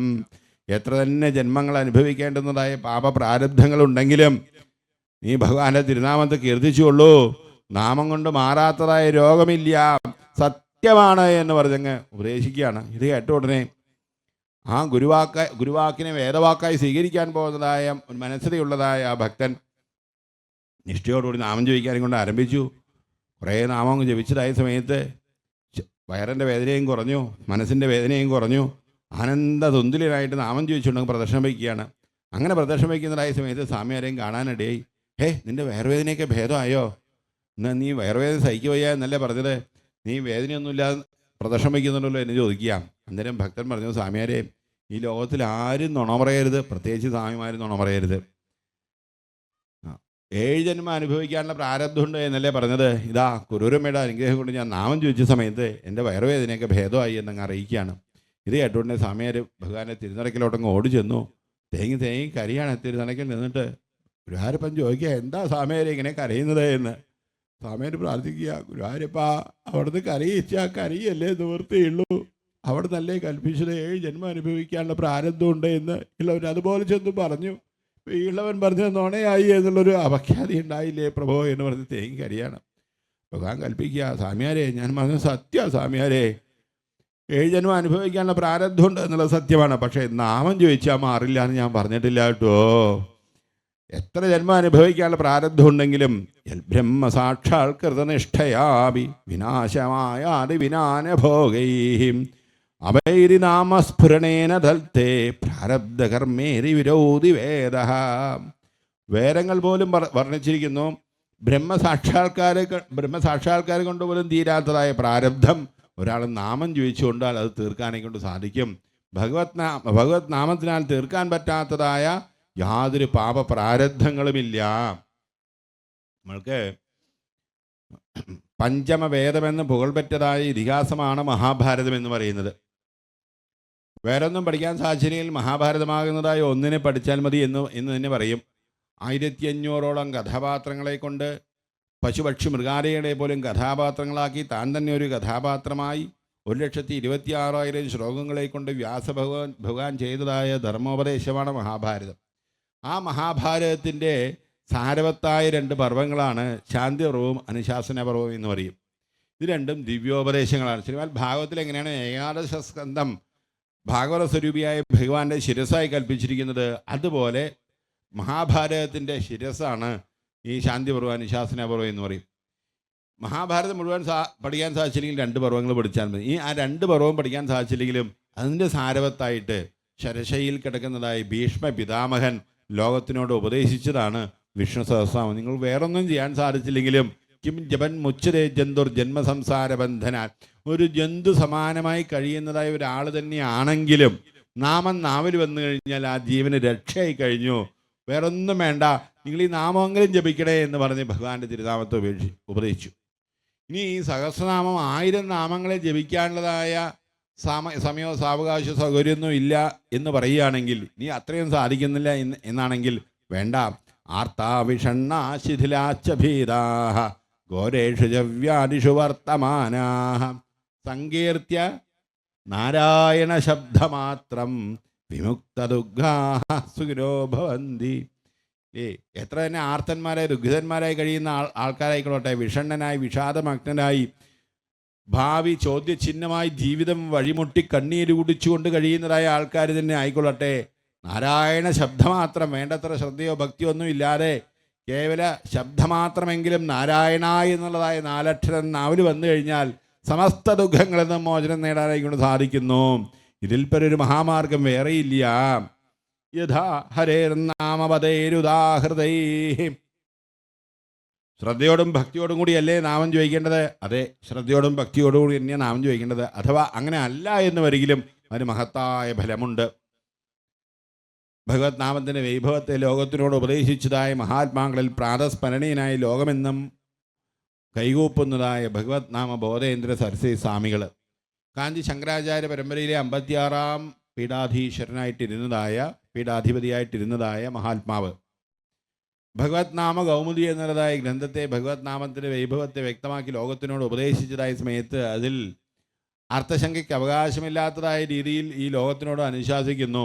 ഇപ്പോൾ നാരായണ എന്ന് മാത്രം ജപിച്ചാൽ മതിയോ, അതോ പ്രണവം ചേർക്കണോ, ഓം നമോ നാരായണായ ജപിക്കണോ, അങ്ങനെയുള്ള മന്ത്രങ്ങൾ ജപിച്ചാലാണോ നാമം ജപിച്ചാലാണോ കൂടുതൽ ശക്തിയുള്ളത്, ഏതാ വേണ്ടത് എന്ന് ചർച്ച ചെയ്യുന്നതായ സമയത്ത് അവിടുന്ന് അരുളി ചെയ്യുന്നു, ഈ ഭഗവത് നാമങ്ങൾ വാസ്തുശക്തി ഉള്ളതാണ്. ഒന്നിനും ചേർച്ചയോ സഹായമോ ഇല്ലാതെ തന്നെ നാരായണ എന്നുള്ളതായ 4 അക്ഷരങ്ങളെ കൊണ്ട് തന്നെ ഒരാൾക്ക് പൂർണ്ണതയെ പ്രാപിക്കാനായിട്ട് സാധിക്കും. മറ്റ് മാർഗങ്ങളൊക്കെ ആവട്ടെ, വേദങ്ങളിൽ പറഞ്ഞിരിക്കുന്നതായ മറ്റ് വ്രതങ്ങളോ ഉപവാസങ്ങളോ യാഗാദി കർമ്മങ്ങളൊക്കെ ആവട്ടെ, ആ യാഗം ചെയ്യുന്നതായ കർമ്മം ചെയ്യുന്ന ആളെ ശുദ്ധീകരിക്കുമെന്നുള്ളതല്ലാതെ ആ കർമ്മം ചെയ്യാനുള്ളതായ പാപം ചെയ്യാനുള്ള വാസനയെ ശുദ്ധീകരിക്കുന്നില്ല. പക്ഷെ ഭഗവത് നാമമാവട്ടെ ശ്രുതിസ്മൃതിഭ്യാം വിഹിതാം വ്രതാദയാം പുനന്തി പാപം നലുനന്തി വാസനാം അനന്തസേവാതു നികൃന്ദതി ദ്വയി ഇതി പ്രഭോ ത്വൽപുരുഷാപഭാഷിരേ പാപത്തെയും പാപം ചെയ്യാനുള്ള വാസനകളെയും ഒരുപോലെ നശിപ്പിക്കുന്നതാണ് ഭഗവത് നാമം എന്ന് പറയുന്നത്. അതുകൊണ്ട് തന്നെയാണ് സംസാരോദ്ധാരമന്ത്രം, സമുപചിത തമസംഗ നിര്യാണമന്ത്രം. സങ്കീർത്തന ഭക്തി പ്രസ്ഥാനത്തിൻ്റെ പരമാരാധ്യനായി പ്രചാരകനായി പരിലസിച്ചതായ ചൈതന്യ മഹാപ്രഭു ഒരുപാടൊന്നും അല്ല ചെയ്തില്ല. ആകെ 8 ശ്ലോകങ്ങളെ അവിടുത്തെ മണിമുത്തുകളായി തിരുവായി മൊഴിയായി തിരുമുഖ കമലത്തിൽ നിന്നും വാർന്നൊഴുകിയിട്ടുള്ളൂ. അതിൽ അരുളി ചെയ്യാണ് സംസാരോത്താരമന്ത്രം. നാരായണ എന്നുള്ളതായ 4 അക്ഷരം നാവിലുണ്ടോ എല്ലാവിധ സംസാര വാസനകളിൽ നിന്നും നിങ്ങളെ കരകയറ്റുന്നതാണ്. ഇതിൽ പരൊരു മഹാമാർഗം വേറെയില്ല. ഈ അജാമളനാവട്ടെ രസോ ഭഗവത് നാമമ്രിയമാണ് സമഗ്രഹീത്. ഇത് ആ മരണത്തെ മുന്നിൽ കണ്ടുകൊണ്ടാണ് ജപിക്കാൻ ഇടയായിരിക്കുന്നത്. ഏതൊരാൾ തന്നെ ആയാലും ഏതാവാൻ ജന്മസാഫല്യം. എന്താണ് ഒരാളുടെ ജന്മസാഫല്യം എന്ന് പറയുന്നത്? സ്വധർമ്മപരിനിഷ്ഠയാ ജന്മലാഭ പരപുംസാം അന്തേ നാരായണ സ്മൃതി. അവസാന സമയത്ത് നാരായണ എന്നുള്ളതായ 4 അക്ഷരം നാവിൽ വരിക എന്നുള്ളത് തന്നെയാണ്. ഇതായി അജാമലാവട്ടെ അന്ത്യനിമിഷത്തിലാണ് അങ്ങ് നാമം ചോദിക്കാൻ ഇടയായിരിക്കുന്നത്. ഈ ഒരു ഭാഗ്യം വേറെ ആർക്ക് കിട്ടും? ഒരിക്കൽ ചെന്ന് ഈ അജാമള വർഷം പറഞ്ഞതായ സമയത്ത് അവിടെ ഒരു കള്ളുകുടിയൻ, ഒരു മദ്യപാനിയായിരിക്കുന്ന ഒരാളുണ്ടായി. അത് കേട്ടുകൊണ്ടിരിക്കുന്നതായിരുന്നു. അയാൾക്കത് കേട്ട സമയത്ത് പരമ സന്തോഷമായി. ഇനി പേടിക്കുകയേ വേണ്ട, ഇഷ്ടം പോലെ കുടിക്കുക. അവസാനം എന്ത് ചെയ്താൽ മതി? നാരായണ എന്ന് പറഞ്ഞാൽ മതിയല്ലോ എന്ന് പറഞ്ഞ അയാളെ സന്തോഷം കൊണ്ട് തുള്ളിച്ചാടി. അവസാനം മരിക്കുന്ന സമയത്ത് ജപിക്കാം എന്ന് പറഞ്ഞിട്ട് എന്തായി? ചാവുമ്പോൾ ചൊല്ലാമെന്നോർത്താരോ സൂക്ഷിച്ചു, ചാവുമ്പോൾ ചൊല്ലാൻ മറന്നും പോയി. അവസാന സമയത്ത് മറന്നുപോയി എന്നുള്ളതാണ്. അപ്പോൾ അന്ത്യസമയത്ത് നാമം ജപിക്കാൻ ആഗ്രഹിച്ചാൽ പോലും നാമം നാമല് വരണ്ടേ? പാപികൾക്കേറ്റം പ്രയാസമായി വന്നിടും പാടുവാനീ നാമം നാരായണ. എന്തും പറയുവാൻ പൊന്തുന്ന നാവേ നീ ഇന്നൊന്നു പാടുമോ നാരായണ. നാരായണ എന്നുള്ളതായ 4 അക്ഷരം നാവിൽ വരണമെങ്കിൽ കോടാനുകോടി ജന്മങ്ങളിൽ സുഹൃതം കൊണ്ട് മാത്രമേ ഒരാൾക്ക് സാധിക്കൂ. കൂടലൂർ കുഞ്ഞിക്കാവ് നമ്പൂതിരിപ്പാട് അവധൂതാവസ്ഥ അക്ഷരത്വാൽ വരേണ്യത്വാൽ ദൂതസംസാരവാസനാൽ അക്ഷരാർത്ഥത്തിൽ അവധൂതാവസ്ഥയെ പ്രാപിച്ചിരുന്നതായ ഒരു മഹാത്മാവ് ഗുരുവായൂരിൽ നിന്നും വടക്കുന്നാഥനെ തൊഴാനായി കൊണ്ട് വരുന്നതായ സമയത്ത് ഒരു കുടിലില് ഒരാൾ അന്ത്യശ്വാസം വലിക്കാൻ കിടക്കുന്നതായി കാഴ്ച കണ്ടു. അന്നേരം കാരുണ്യം കരളിൽ കരകവിഞ്ഞൊഴുകി എങ്ങനെയെങ്കിലും ആ ജീവനെ ഒന്ന് രക്ഷപ്പെടുത്തണം. ഒരു നാമം ജപിപ്പിച്ചു കഴിഞ്ഞാൽ ആ ജീവന് രക്ഷയായി കഴിഞ്ഞു. പക്ഷേ എങ്ങനെ ജപിക്കാൻ? എപ്പോഴും കള്ളും വെള്ളമായി കഴിഞ്ഞു കൂടുന്ന ആൾക്കാരാ. അങ്ങനെയുള്ള സംസ്കാരമൊന്നും ഉണ്ടായിട്ടില്ല. അന്നേരം അദ്ദേഹത്തെ എന്ന് ആ മരിക്കാൻ കിടക്കുന്ന ആളുടെ മക്കളെയൊക്കെ അടുത്ത് വിളിച്ചു. 3 മക്കളുണ്ട്. അതിൽ മൂത്ത മകനെ അടുത്തുകൊണ്ടേ നിർത്തി. ധാരാ മനസ്സിലായോ ചോദിച്ചു. ഓ മനസ്സിലായി, ഇതെൻ്റെ മകൻ കിട്ടൻ എന്ന് പറഞ്ഞു. രണ്ടാമത്തെ മകനെ അടുത്തുകൊണ്ടേ നിർത്തി. ആരാ മനസ്സിലായോ? ഓ മനസ്സിലായി, കിട്ടൻ്റെ അനുജൻ എന്ന് പറഞ്ഞു. മൂന്നാമത്തെ മകനെ അടുത്തുകൊണ്ടേ നിർത്തി. ആരാ മനസ്സിലായോ? ഓ മനസ്സിലായി, ഇത് കോന്തൻ എന്ന് പറഞ്ഞു. രണ്ടാമത്തെ മകനെ വീണ്ടും അടുത്തുകൊണ്ടേ നിർത്തി. ആരാ മനസ്സിലായി? ഓ മനസ്സിലായി, കോന്തൻ്റെ ഏട്ടൻ എന്ന് പറയുക. എന്നാലും രണ്ടാമത്തെ മകൻ്റെ പേര് പറയുന്നില്ല. വീണ്ടും രണ്ടാമത്തെ മകനെ അടുത്തുകൊണ്ടേ നിർത്തി. ധാരാ മനസ്സിലായോ ചോദിച്ചു. എൻ്റെ മകനെ അടുത്തുകൊണ്ട് നിർത്തിയിട്ട് മനസ്സിലായി എനിക്കൊക്കെ അറിയാം, ഞാനൊന്നും പറയില്ല എന്ന് അവൻ ചുണ്ടിയെടുത്തു തന്നാ അല്ലേ. രണ്ടാമത്തെ മകൻ്റെ പേര് നാരായണൻ എന്നായിരുന്നു അത്രേ. പക്ഷേ നാവല് വരണ്ടേ? ഇത് കഥ ഞാൻ അനുഭവത്തിലുള്ളത്. പരമ്പൂജിലെ തിരുനാമാചാര്യൻ ഗുരുവായൂർ നാരായണാലയത്തിലുള്ള സമയത്ത് ഒരു വൈശാഖകാലത്ത് ഒരു കണ്ണു കാണാത്ത ബ്രാഹ്മണൻ ഭിക്ഷയ്ക്കായിക്കൊണ്ട് വന്നു. അപ്പോൾ വൈശാഖകാലത്ത് ഗുരുവായൂരപ്പന് മാമ്പഴം നിവേദിക്കുന്നത് വളരെ പ്രധാനമാണ്. അപ്പോൾ ഗുരുവായൂരപ്പന് നിവേദിച്ചത് ഒരു മാമ്പഴം കൊടുത്തു. അന്നേരം ആ ഭിക്ഷക്കാരൻ പറഞ്ഞു, ചായ കുടിക്കാൻ വല്ലതും തരണേ എന്ന് പറഞ്ഞു. 2 രൂപയല്ല 5 രൂപ തരാം. അന്ന് 40 വർഷം മുമ്പ് 5 രൂപ തരാം നാരായണ എന്ന് പറയുമ്പോൾ ചോദിച്ചു. ഇത് കേട്ടോണ്ട് അയാളുടെ ഭാവമൊക്കെ മാറി. എന്താ നിങ്ങൾ പറയുന്ന പോലെയൊക്കെ പറയാൻ ഞാൻ നിങ്ങളുടെ വേലക്കാരനോ പണിക്ക് വന്ന ആളാന്ന് കരുതിയോ? നിങ്ങളെ കൂലിപ്പണിക്ക് വേറെ വല്ലവരും വിളിച്ചാൽ പോയി, എനിക്കിതൊന്നും വേണ്ടാന്ന് പറഞ്ഞ് ആ പഴമൊക്കെ അവിടെ ഇട്ട് അടുത്ത് വീട്ടിൽ ചെന്ന് വല്ലതും തരണേ എന്ന് പറഞ്ഞ് കൈ നീട്ടുക. നാരായണ എന്നൊന്ന് പറഞ്ഞിരുന്നുവെങ്കിലോ പഴം കിട്ടി, പുണ്യം കിട്ടി, പണം കിട്ടി. പക്ഷേ നാവല് വരണ്ടേ? നാവല് വന്നില്ല എന്ന് പറയുക. എന്താ നാമം ചോദിക്കാൻ സാധിക്കുക എന്ന് വെച്ച് കഴിഞ്ഞാൽ അത്ര എളുപ്പമുള്ളൊരു കാര്യമല്ല. അതുകൊണ്ട് തന്നെയാണ് അനുഭവസമ്പന്നന്മാരായിരിക്കുന്നതായ മഹാത്മാക്കൾ നമ്മളോട് പറയുന്നത്, നാവേ നിനക്ക് വലിയൊരു ഉപദേശമുണ്ടേ, നാവാലുരപ്പതിനു ഞാൻ തുനിയുന്നു കേൾനീ. നാരായണന്റെ തിരുനാമമുറക്കയാകുമ്പോൾ നാണിച്ചു പോവരുതേ തവ വേണ്ടതുള്ളൂ. അവേ ഒരു ഉപദേശം പറഞ്ഞു തരാം. നാരായണ എന്നുള്ളതായ 4 അക്ഷരം നാവിൽ വരുന്നതായ സമയത്ത് നീ നാണിച്ചു പോവരുതേ, നാമം ജപിക്കാൻ മടിക്കരുതേ. ഇതിൽ പരൊരു മഹാഭാഗ്യം വേറെയില്ല.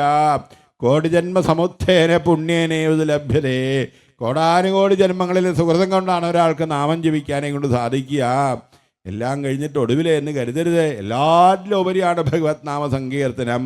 ശ്രീമദ് ഭാഗവതത്തിൻ്റെ ആചാര്യന്മാരിലെ അഗ്രഗണ്യനായി ലോകമെന്നും പൂവിട്ട് പൂജിക്കുന്നതായ ശ്രീധരാചാര്യ സ്വാമികൾ അനവധി കാലം കാശിയിലെ ഗംഗാതീരത്തിൽ ബിന്ദുമാധവ ക്ഷേത്രത്തിൽ ഭഗവാനെ ഉപാസിച്ച് സാക്ഷാത്കരിച്ചതായ മഹാത്മാവ് ശങ്കരാചാര്യ സ്വാമികളുടെ നിർദ്ദേശപ്രകാരം കാശി വിശ്വനാഥിൻ്റെ അരുളപ്പാട് പ്രകാരം ഭാഗവത്തിന് വ്യാഖ്യാനം എഴുതാൻ ഒരുങ്ങിയതായ സമയത്ത് ആ ഭാഗവത വ്യാഖ്യാനത്തിൽ അടിസ്ഥാനമായിട്ട് ആദ്യമായിട്ട് അവിടെ നിന്ന് അരുളി ചെയ്യുന്നത് എന്നാമകീർത്തനം ദാനതപോ യോഗാദി സൽഫലം. ഭഗവാന്റെ തിരുനാമകീർത്തനം എന്ന് പറയുന്നത് അനവധി ജന്മങ്ങളിലെ തപസ്സിൻ്റെയും യാഗയോഗാദികളുടെയും ഫലമായിട്ടാണ് ഒരാൾക്ക് നാമം ജപിക്കാനും കൊണ്ട് സാധിക്കുക എന്നുള്ളത്. ഗുണകീർത്തനം നാമകീർത്തനം 2 പ്രകാരത്തിലുണ്ട്. അതിൽ ഗുണകീർത്തനത്തെക്കാൾ ശ്രേഷ്ഠമാണ് നാമകീർത്തനം എന്ന് പറയുന്നത്. ഇപ്പോൾ ഭാഗവതം വായിക്കുക അത് ഗുണകീർത്തനമാണ്. അതിനേക്കാൾ ഉപരിയാണ് നാമകീർത്തനം, നാമം ജപിക്കുക എന്നുള്ളത്. ഇല്ലേ, പനി കലശലായി ഗുളിക കഴിച്ചിട്ട് ഭേദമാവുന്നില്ലെങ്കിൽ എന്തു ചെയ്യും? ഇഞ്ചക്ഷൻ എടുക്കും, അല്ലേ, പെട്ടെന്ന് കയറും. അതുപോലെ പെട്ടെന്ന് നമ്മൾക്ക് അനുഭവത്തിൽ വരാൻ ശേഷിയുള്ളതാണ്, അനുഭൂതിയെ പ്രദാനം ചെയ്യുന്നതാണ് ഭഗവത് നാമ സങ്കീർത്തനം എന്ന് പറയുന്നത്. അന്നേരം ഈ കാലകിങ്കരന്മാർ കരങ്ങളും കൂപ്പി അങ്ങ് പ്രാർത്ഥിക്കണം. വിശ്വാസന്മാരെ, നിങ്ങൾക്ക് അവിടെ ഒരു തെറ്റുപറ്റിപ്പോയി. നിങ്ങൾ എന്താ കരുതിയത്? ഈ അഞ്ചാമളൻ നാരായണ എന്ന് വിളിച്ച സമയത്ത് നിങ്ങളുടെ വൈകുണ്ഠ നാരായണനെ വിളിച്ചതെന്ന് കരുതിയോ? വൈകുണ്ഠ നാരായണനെയൊന്നും അല്ല വിളിച്ചത്, വേശ്യനാരായണനെ വിളിച്ചിരിക്കുന്നത്. ആള് മാറിപ്പോയി. നിങ്ങൾ ആള് മാറി വന്നിട്ട് ഇങ്ങനെയൊക്കെ പ്രസംഗിക്കേണ്ട ആവശ്യമുണ്ടോ? തെറ്റുപറ്റിപ്പോയി എന്ന് പറയാം.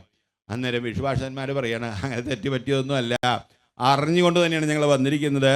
സാങ്കേത്യം പാരിഹാസ്യം വാസ്തോഭം ഹേളനമേവാം വൈകുണ്ഠ നാമഗ്രഹണം അശേഷാഘരം വിദുഹോ. ഏതെങ്കിലും ഒരു പ്രകാരത്തിൽ സാങ്കേതിക രൂപത്തിലാണെങ്കിൽ പോലും, മക്കളുടെ പേര് വിളിക്കുക എന്നുള്ള രൂപത്തിലാണെങ്കിൽ പോലും നാമാക്ഷരങ്ങൾ നാവിൽ വന്നു കഴിഞ്ഞാൽ അത് ആ ജീവന് രക്ഷയായി കഴിഞ്ഞു. അതുകൊണ്ട് തന്നെയാണ് പണ്ടുള്ള ആൾക്കാർ 16 പ്രകാരത്തിലുള്ളതായ ഷോഡശ ക്രിയകളോട് കൂടിയിട്ട് സംസ്കാര സംശുദ്ധിയെ നമ്മൾക്ക് പ്രദാനം ചെയ്തതായ പൂർവികന്മാർ അതിലൊരു കർമ്മമായിട്ട് നാമകരണത്തെ ഉൾപ്പെടുത്താൻ കാരണം നമ്മൾക്ക് ജീവിതം ദുഃഖിക്കാനും കരയാനും ഉള്ളതല്ല. അഷ്ടകരങ്ങളിൽ ആയുധജാലമേന്തി അട്ടഹസിക്കുന്നതായ ആദിപരാശക്തിയെയും പ്രീതി പ്രസ്യന്തി മന്ദസ്മിത സുന്ദരതരമായ തിരുമുഖ കമലത്തോടുകൂടി ശോഭിക്കുന്നതായ പരാൽപരനായ പാർത്ഥസാരഥിയായ പരമപ്രഭുവിനെയും നമ്മളോട് ആരാധിക്കാൻ പറഞ്ഞിരിക്കുന്നത് ജീവിതം ആനന്ദിക്കാനുള്ളതാണ്. ആർക്കാ ജീവിതം ആനന്ദിക്കാൻ സാധിക്കുക? നല്ല കർമ്മങ്ങൾ ചെയ്യുന്ന ആൾക്കാർക്ക്. ആർക്കാ നല്ല കർമ്മങ്ങൾ ചെയ്യാൻ സാധിക്കുക? നല്ല സംസ്കാരമുള്ളതായ ആൾക്കാർക്ക്. നല്ല സംസ്കാരമുള്ളവനെ നല്ല ചിന്തയും നല്ല പ്രവൃത്തിയും ഉണ്ടാവുള്ളൂ. അപ്പോൾ സംസ്കാരം ശുദ്ധമാവണമെങ്കിൽ എന്ത് വേണം? നാമം ജപിക്കണം. സംസ്കാര ശുദ്ധിക്കായിട്ടാണ് നാമകരണത്തെ നമ്മളുടെ സംസ്കാരത്തിൽ, ഷോഡശ സംസ്കാരത്തിൽ ഒന്നായിട്ടങ്ങ് ഉൾപ്പെടുത്തിയിരിക്കുന്നത്. നമ്മൾ പരിഷ്കാരത്തിൻ്റെ പേരും പറഞ്ഞ് പാശ്ചാത്യരെ അനുകരിച്ചതിൻ്റെ ഫലമായിട്ട് എന്തായി? നമ്മളുടെ പൂർവികന്മാർ പറഞ്ഞു തന്നെല്ലാം അന്ധവിശ്വാസം എന്ന് മുദ്രകുത്തി. പത്രം പറഞ്ഞാൽ അത് വിശ്വസിക്കാം, വ്യാസൻ പറഞ്ഞാൽ പൊളിയാണ് പോലും. അല്ലേ, സായിപ്പ് പറഞ്ഞു കഴിഞ്ഞാൽ അത് സത്യമാണ്. നമ്മളെ പൂർവികന്മാർ പറഞ്ഞു കഴിഞ്ഞാൽ അത് അന്ധവിശ്വാസമാണ്. അമരഭാഷയെ മൃതഭാഷയെ എന്ന് മുദ്രകുത്തി അവഹേളിച്ച് പുരോഗമനത്തിൻ്റെ പേരും പറഞ്ഞുകൊണ്ട് നമ്മളുടെ ആത്മീയമായിരിക്കുന്ന എന്തിനേയും അപഹസിക്കുന്നതായ ഒരു കാലമാണ്, ലോകമാണ്. പണ്ടുള്ളതിനെല്ലാം കൈവിടിഞ്ഞു. കുട്ടികൾക്ക് പേരിടുകയാണെങ്കിൽ ഈശ്വരനാമങ്ങൾ പേരിടുക എന്നുള്ള പതിവൊക്കെ പോയി. പിന്നെയോ പേരിന് അർത്ഥം വേണമെന്നൊന്നുമില്ല. വായി തോന്നിയത് കോന്തയ്ക്ക് പാട്ട് എന്നുള്ള കൂട്ടത്തിൽ ആലപ്പുഴയിൽ ഒരിക്കലും സപ്താഹത്തിന് പോയ സമയത്ത് ഒരു കുട്ടി അടുത്ത് വന്നു. എന്താ മോനെ പേര് എന്ന് ചോദിച്ചു. അന്നേരം ആ കുട്ടി പറയാ കുക്കു. നമ്മൾ പറഞ്ഞു മോനെ കുക്കുടെന്ന് പേരിടായിരുന്നു, ഒരു അർത്ഥമെങ്കിലും ഉണ്ട്. കുക്കുടെന്ന് വെച്ചാൽ എന്താ? കോഴി ഇല്ലേ? ചില വീടുകളിൽ ചെന്ന് നോക്കൂ, ടുട്ടു ഗുണ്ടു, ടുട്ടു മോനെ ഗുണ്ടു മോനെ. കുട്ടികളാണെങ്കിലോ അമ്മ അച്ഛന്ന് വിളിക്കില്ല. അമ്മ എന്ത് വിളിക്കും? മമ്മി. മമ്മി എന്ന് വെച്ചാൽ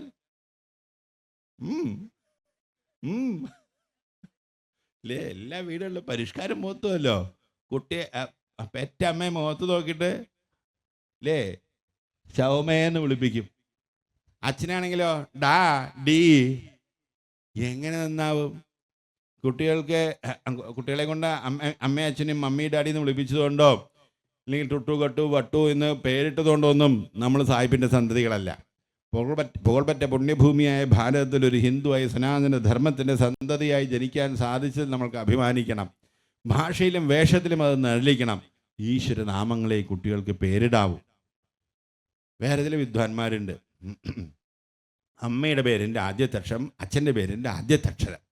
പേരിന് അർത്ഥം വേണമെന്നൊന്നുമില്ല, പക്ഷെ അച്ഛനമ്മയ്ക്ക് മാച്ചായിരിക്കണം. അച്ഛൻ്റെ പേര് ശശി, അമ്മയുടെ പേര് നിർമ്മല. കുട്ടിക്ക് എന്ത് പേരിട്ടു? മോനെ ശനി.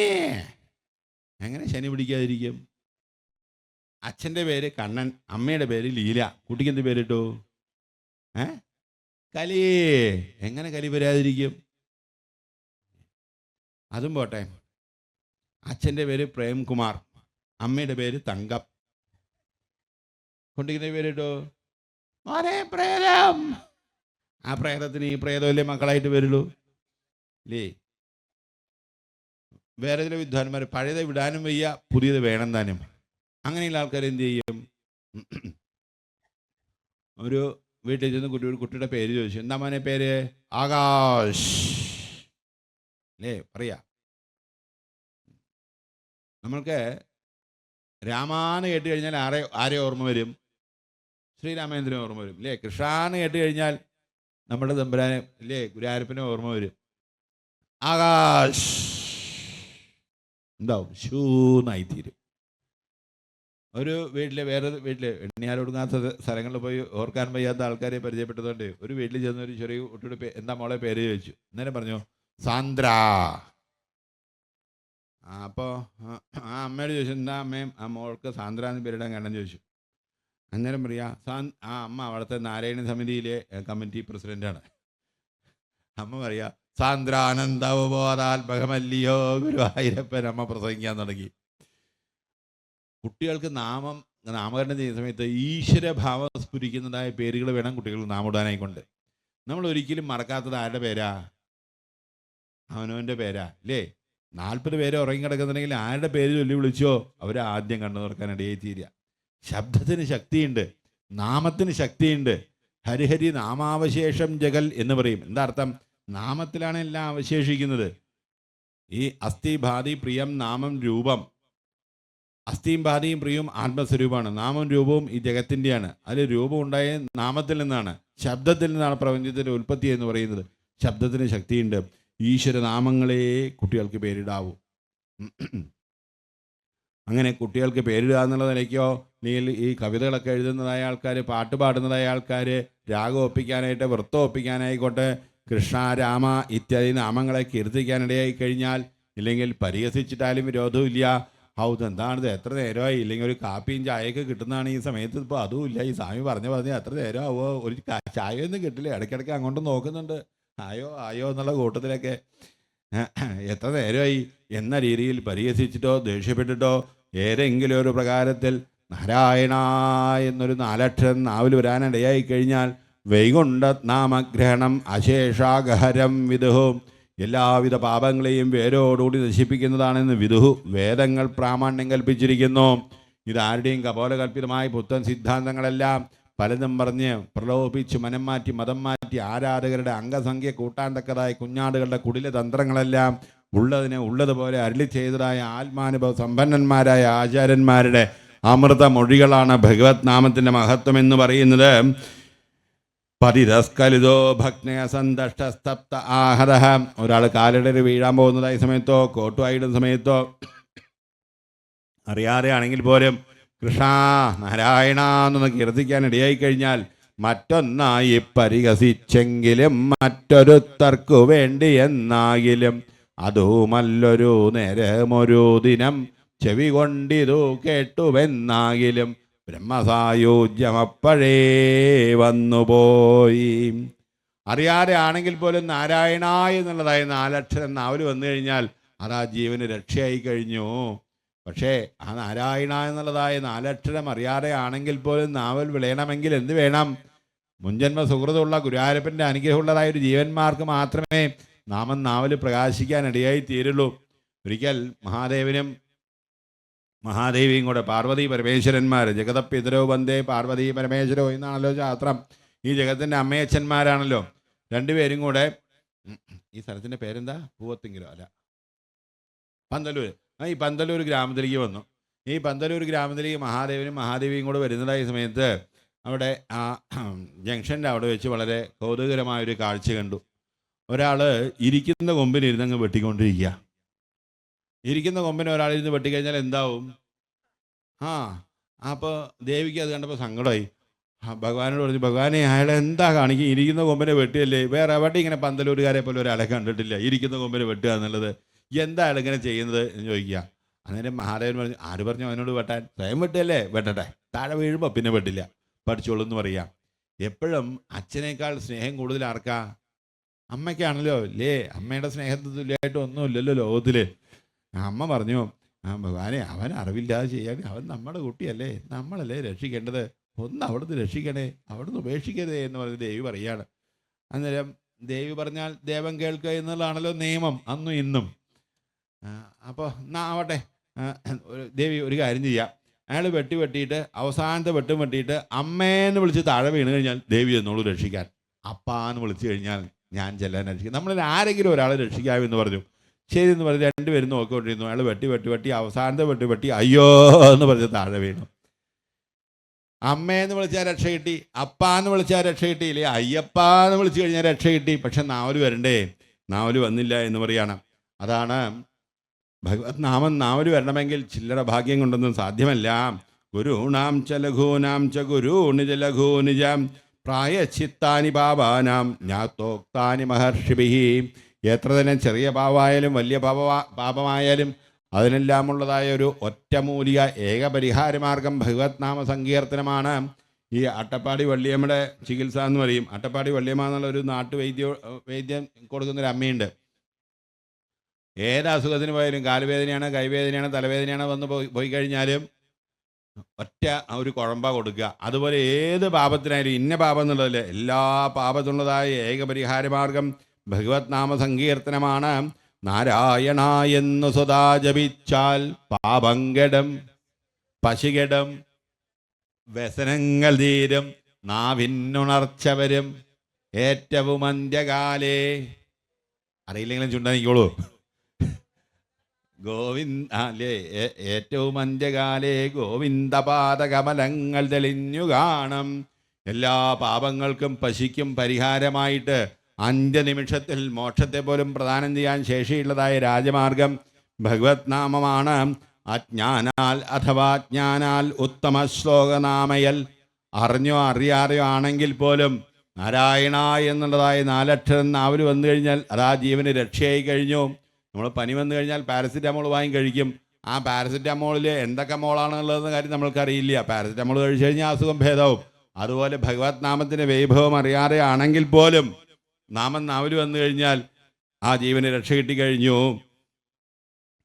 നാരായണേതി കല്യാണി വാണീയസ്യ മുഖാംബുജേ സ്വധന്യപാവയത്യന്യാൻ സ്വദൃഷ്ടിപദഗോചരാൻ.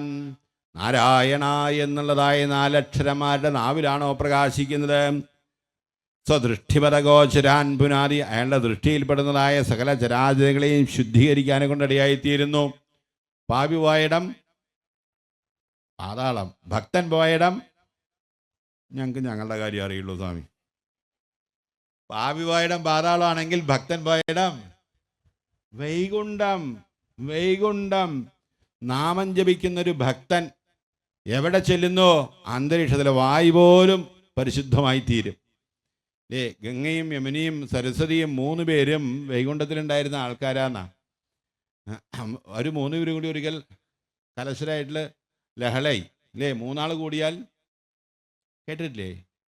3 ആൾ കൂടിയാൽ മുറ്റം അടിക്കില്ല. 3 സ്ത്രീകൾ കൂടിയാൽ സ്വഭാവം അറിയില്ലേ? കലഹം ഉറപ്പാ. 3 പേരും കൂടി കലഹായി, അങ്ങോട്ടും ഇങ്ങോട്ടും വഴക്കായി, ശപിച്ചു. ഒക്കെ നദികളായി തീരട്ടെ ശപിച്ചു. അന്നേരം ഭഗവാനോട് സങ്കടം പറഞ്ഞു. ഭഗവാൻ പറഞ്ഞു, എന്തായാലും ചെയ്ത കർമ്മത്തിൽ അവരെ അനുഭവിക്കാതെ വയ്യ, ഒക്കെ നദികളായി ജനിച്ചോളൂ എന്ന് പറഞ്ഞു. അന്നേരം പ്രാർത്ഥിക്കുക, ഞങ്ങൾ ഈ കലികാലത്താണ് നദികളായി തീരുന്നത്, പാപികളായിരിക്കുന്നതായ ആൾക്കാർ അവരുടെ പാപങ്ങളൊക്കെ ഞങ്ങളിൽ വന്ന് നദികളിൽ വന്ന് ഒഴുകിക്കളയില്ലേ, ഞങ്ങൾ എന്ത് ചെയ്യുമെന്ന് ചോദിക്കാം. അന്നേരം ഭഗവാൻ കൽപ്പിക്കുകയാണ്, നിങ്ങൾ ഭയപ്പെടേണ്ട. വിഷ്ണു ഭക്തന്മാരായിരിക്കുന്ന ആൾക്കാർ നാമം ജപിച്ചുകൊണ്ട് നിങ്ങളിൽ വന്ന് മുങ്ങുന്നതായ സമയത്ത് ആ പാപങ്ങൾക്കെല്ലാം ഒരു പരിഹാരമായി തീരുന്നു പറയാണ്. നമ്മൾ കുളിക്കുന്ന സമയത്ത് ഗംഗാസ്നാനത്തിന് പോയാലും നാമം ജപിച്ചുകൊണ്ട് ഗംഗയിൽ മുങ്ങണം, എന്നാലേ പരിശുദ്ധമായിട്ടുള്ളൂ. ഇല്ലെങ്കിൽ ഗംഗ ശപിക്കും നമ്മളെ നാമം ജപിച്ചില്ലെങ്കിൽ. കാരണം ഗംഗയ്ക്ക് പോലും പരിശുദ്ധിയെ കൊടുക്കുന്നതാണ് ഭഗവാന്റെ നാമം എന്ന് പറയുക. അത്ര കണ്ട് വൈശിഷ്ട്യമുണ്ട് ഭഗവത് നാമത്തിന്. ഭഗവത് നാമം ജപിക്കുന്നതായ ഭക്തൻ ഈ ലോകത്തെ മുഴുവൻ പരിശുദ്ധീകരിക്കുന്നതായ പരമഭാഗവതനാണ്. ആ നാമം ജപിക്കുന്നതായ ഭക്തനിൽ ഉപരിയായിട്ട് ഒന്നും തന്നെ ഇല്ല. നാവും നാരായണേറ്റക്ഷരവും ഒരു ദിനം തമ്മിലേകീഭവിച്ചാൽ ചാവുന്നേരത്തു നോവാൻ കഴിവരെ യമനം ദൂരെ നിന്നിടുമല്ലോ. നാവും നാരായണേറ്റക്ഷരവും ഒരു ദിനം തമ്മിലേകീഭവിച്ചാൽ, ഒരു ദിനം എന്നെങ്കിലും ഒരിക്കൽ. എന്താ എന്നെങ്കിലും ഒരിക്കൽ പറയാൻ കാരണം? എല്ലായ്പ്പോഴൊന്നും എല്ലാവർക്കൊന്നും കിട്ടുന്നതല്ല ഭഗവാന്റെ നാമം ജപിക്കുക എന്നുള്ളത്. ആത്മീയമായി ചരിക്കുന്നതായ അനവധി ആൾക്കാർ, ആയിരക്കണക്കിന് ആൾക്കാർ, വേദാന്താദി പ്രഭാഷണങ്ങളെല്ലാം നടത്തുന്നതായ ആൾക്കാരുണ്ടാവാം.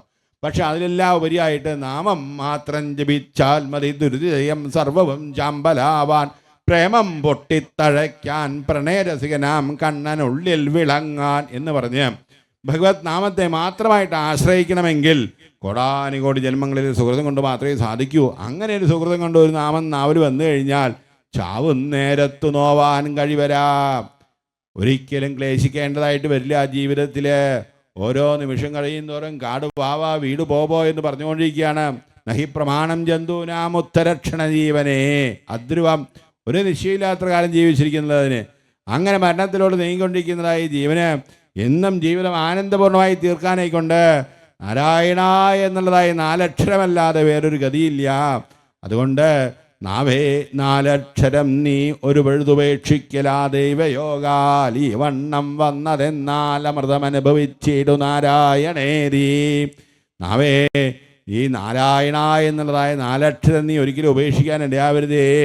ഇന്ന് നാമം ജപിക്കാനെങ്കിലും സാധിക്കുന്നുണ്ടെങ്കിൽ, നാരായണ എന്നുള്ളതായ 4 അക്ഷരം നാവിൽ വരുന്നുണ്ടെങ്കിൽ, ദൈവയോഗാൽ ഗുരുവായൂരപ്പൻ്റെ കാരുണ്യം കൊണ്ടാണ് നാമം ജപിക്കാൻ സാധിക്കുന്നത്.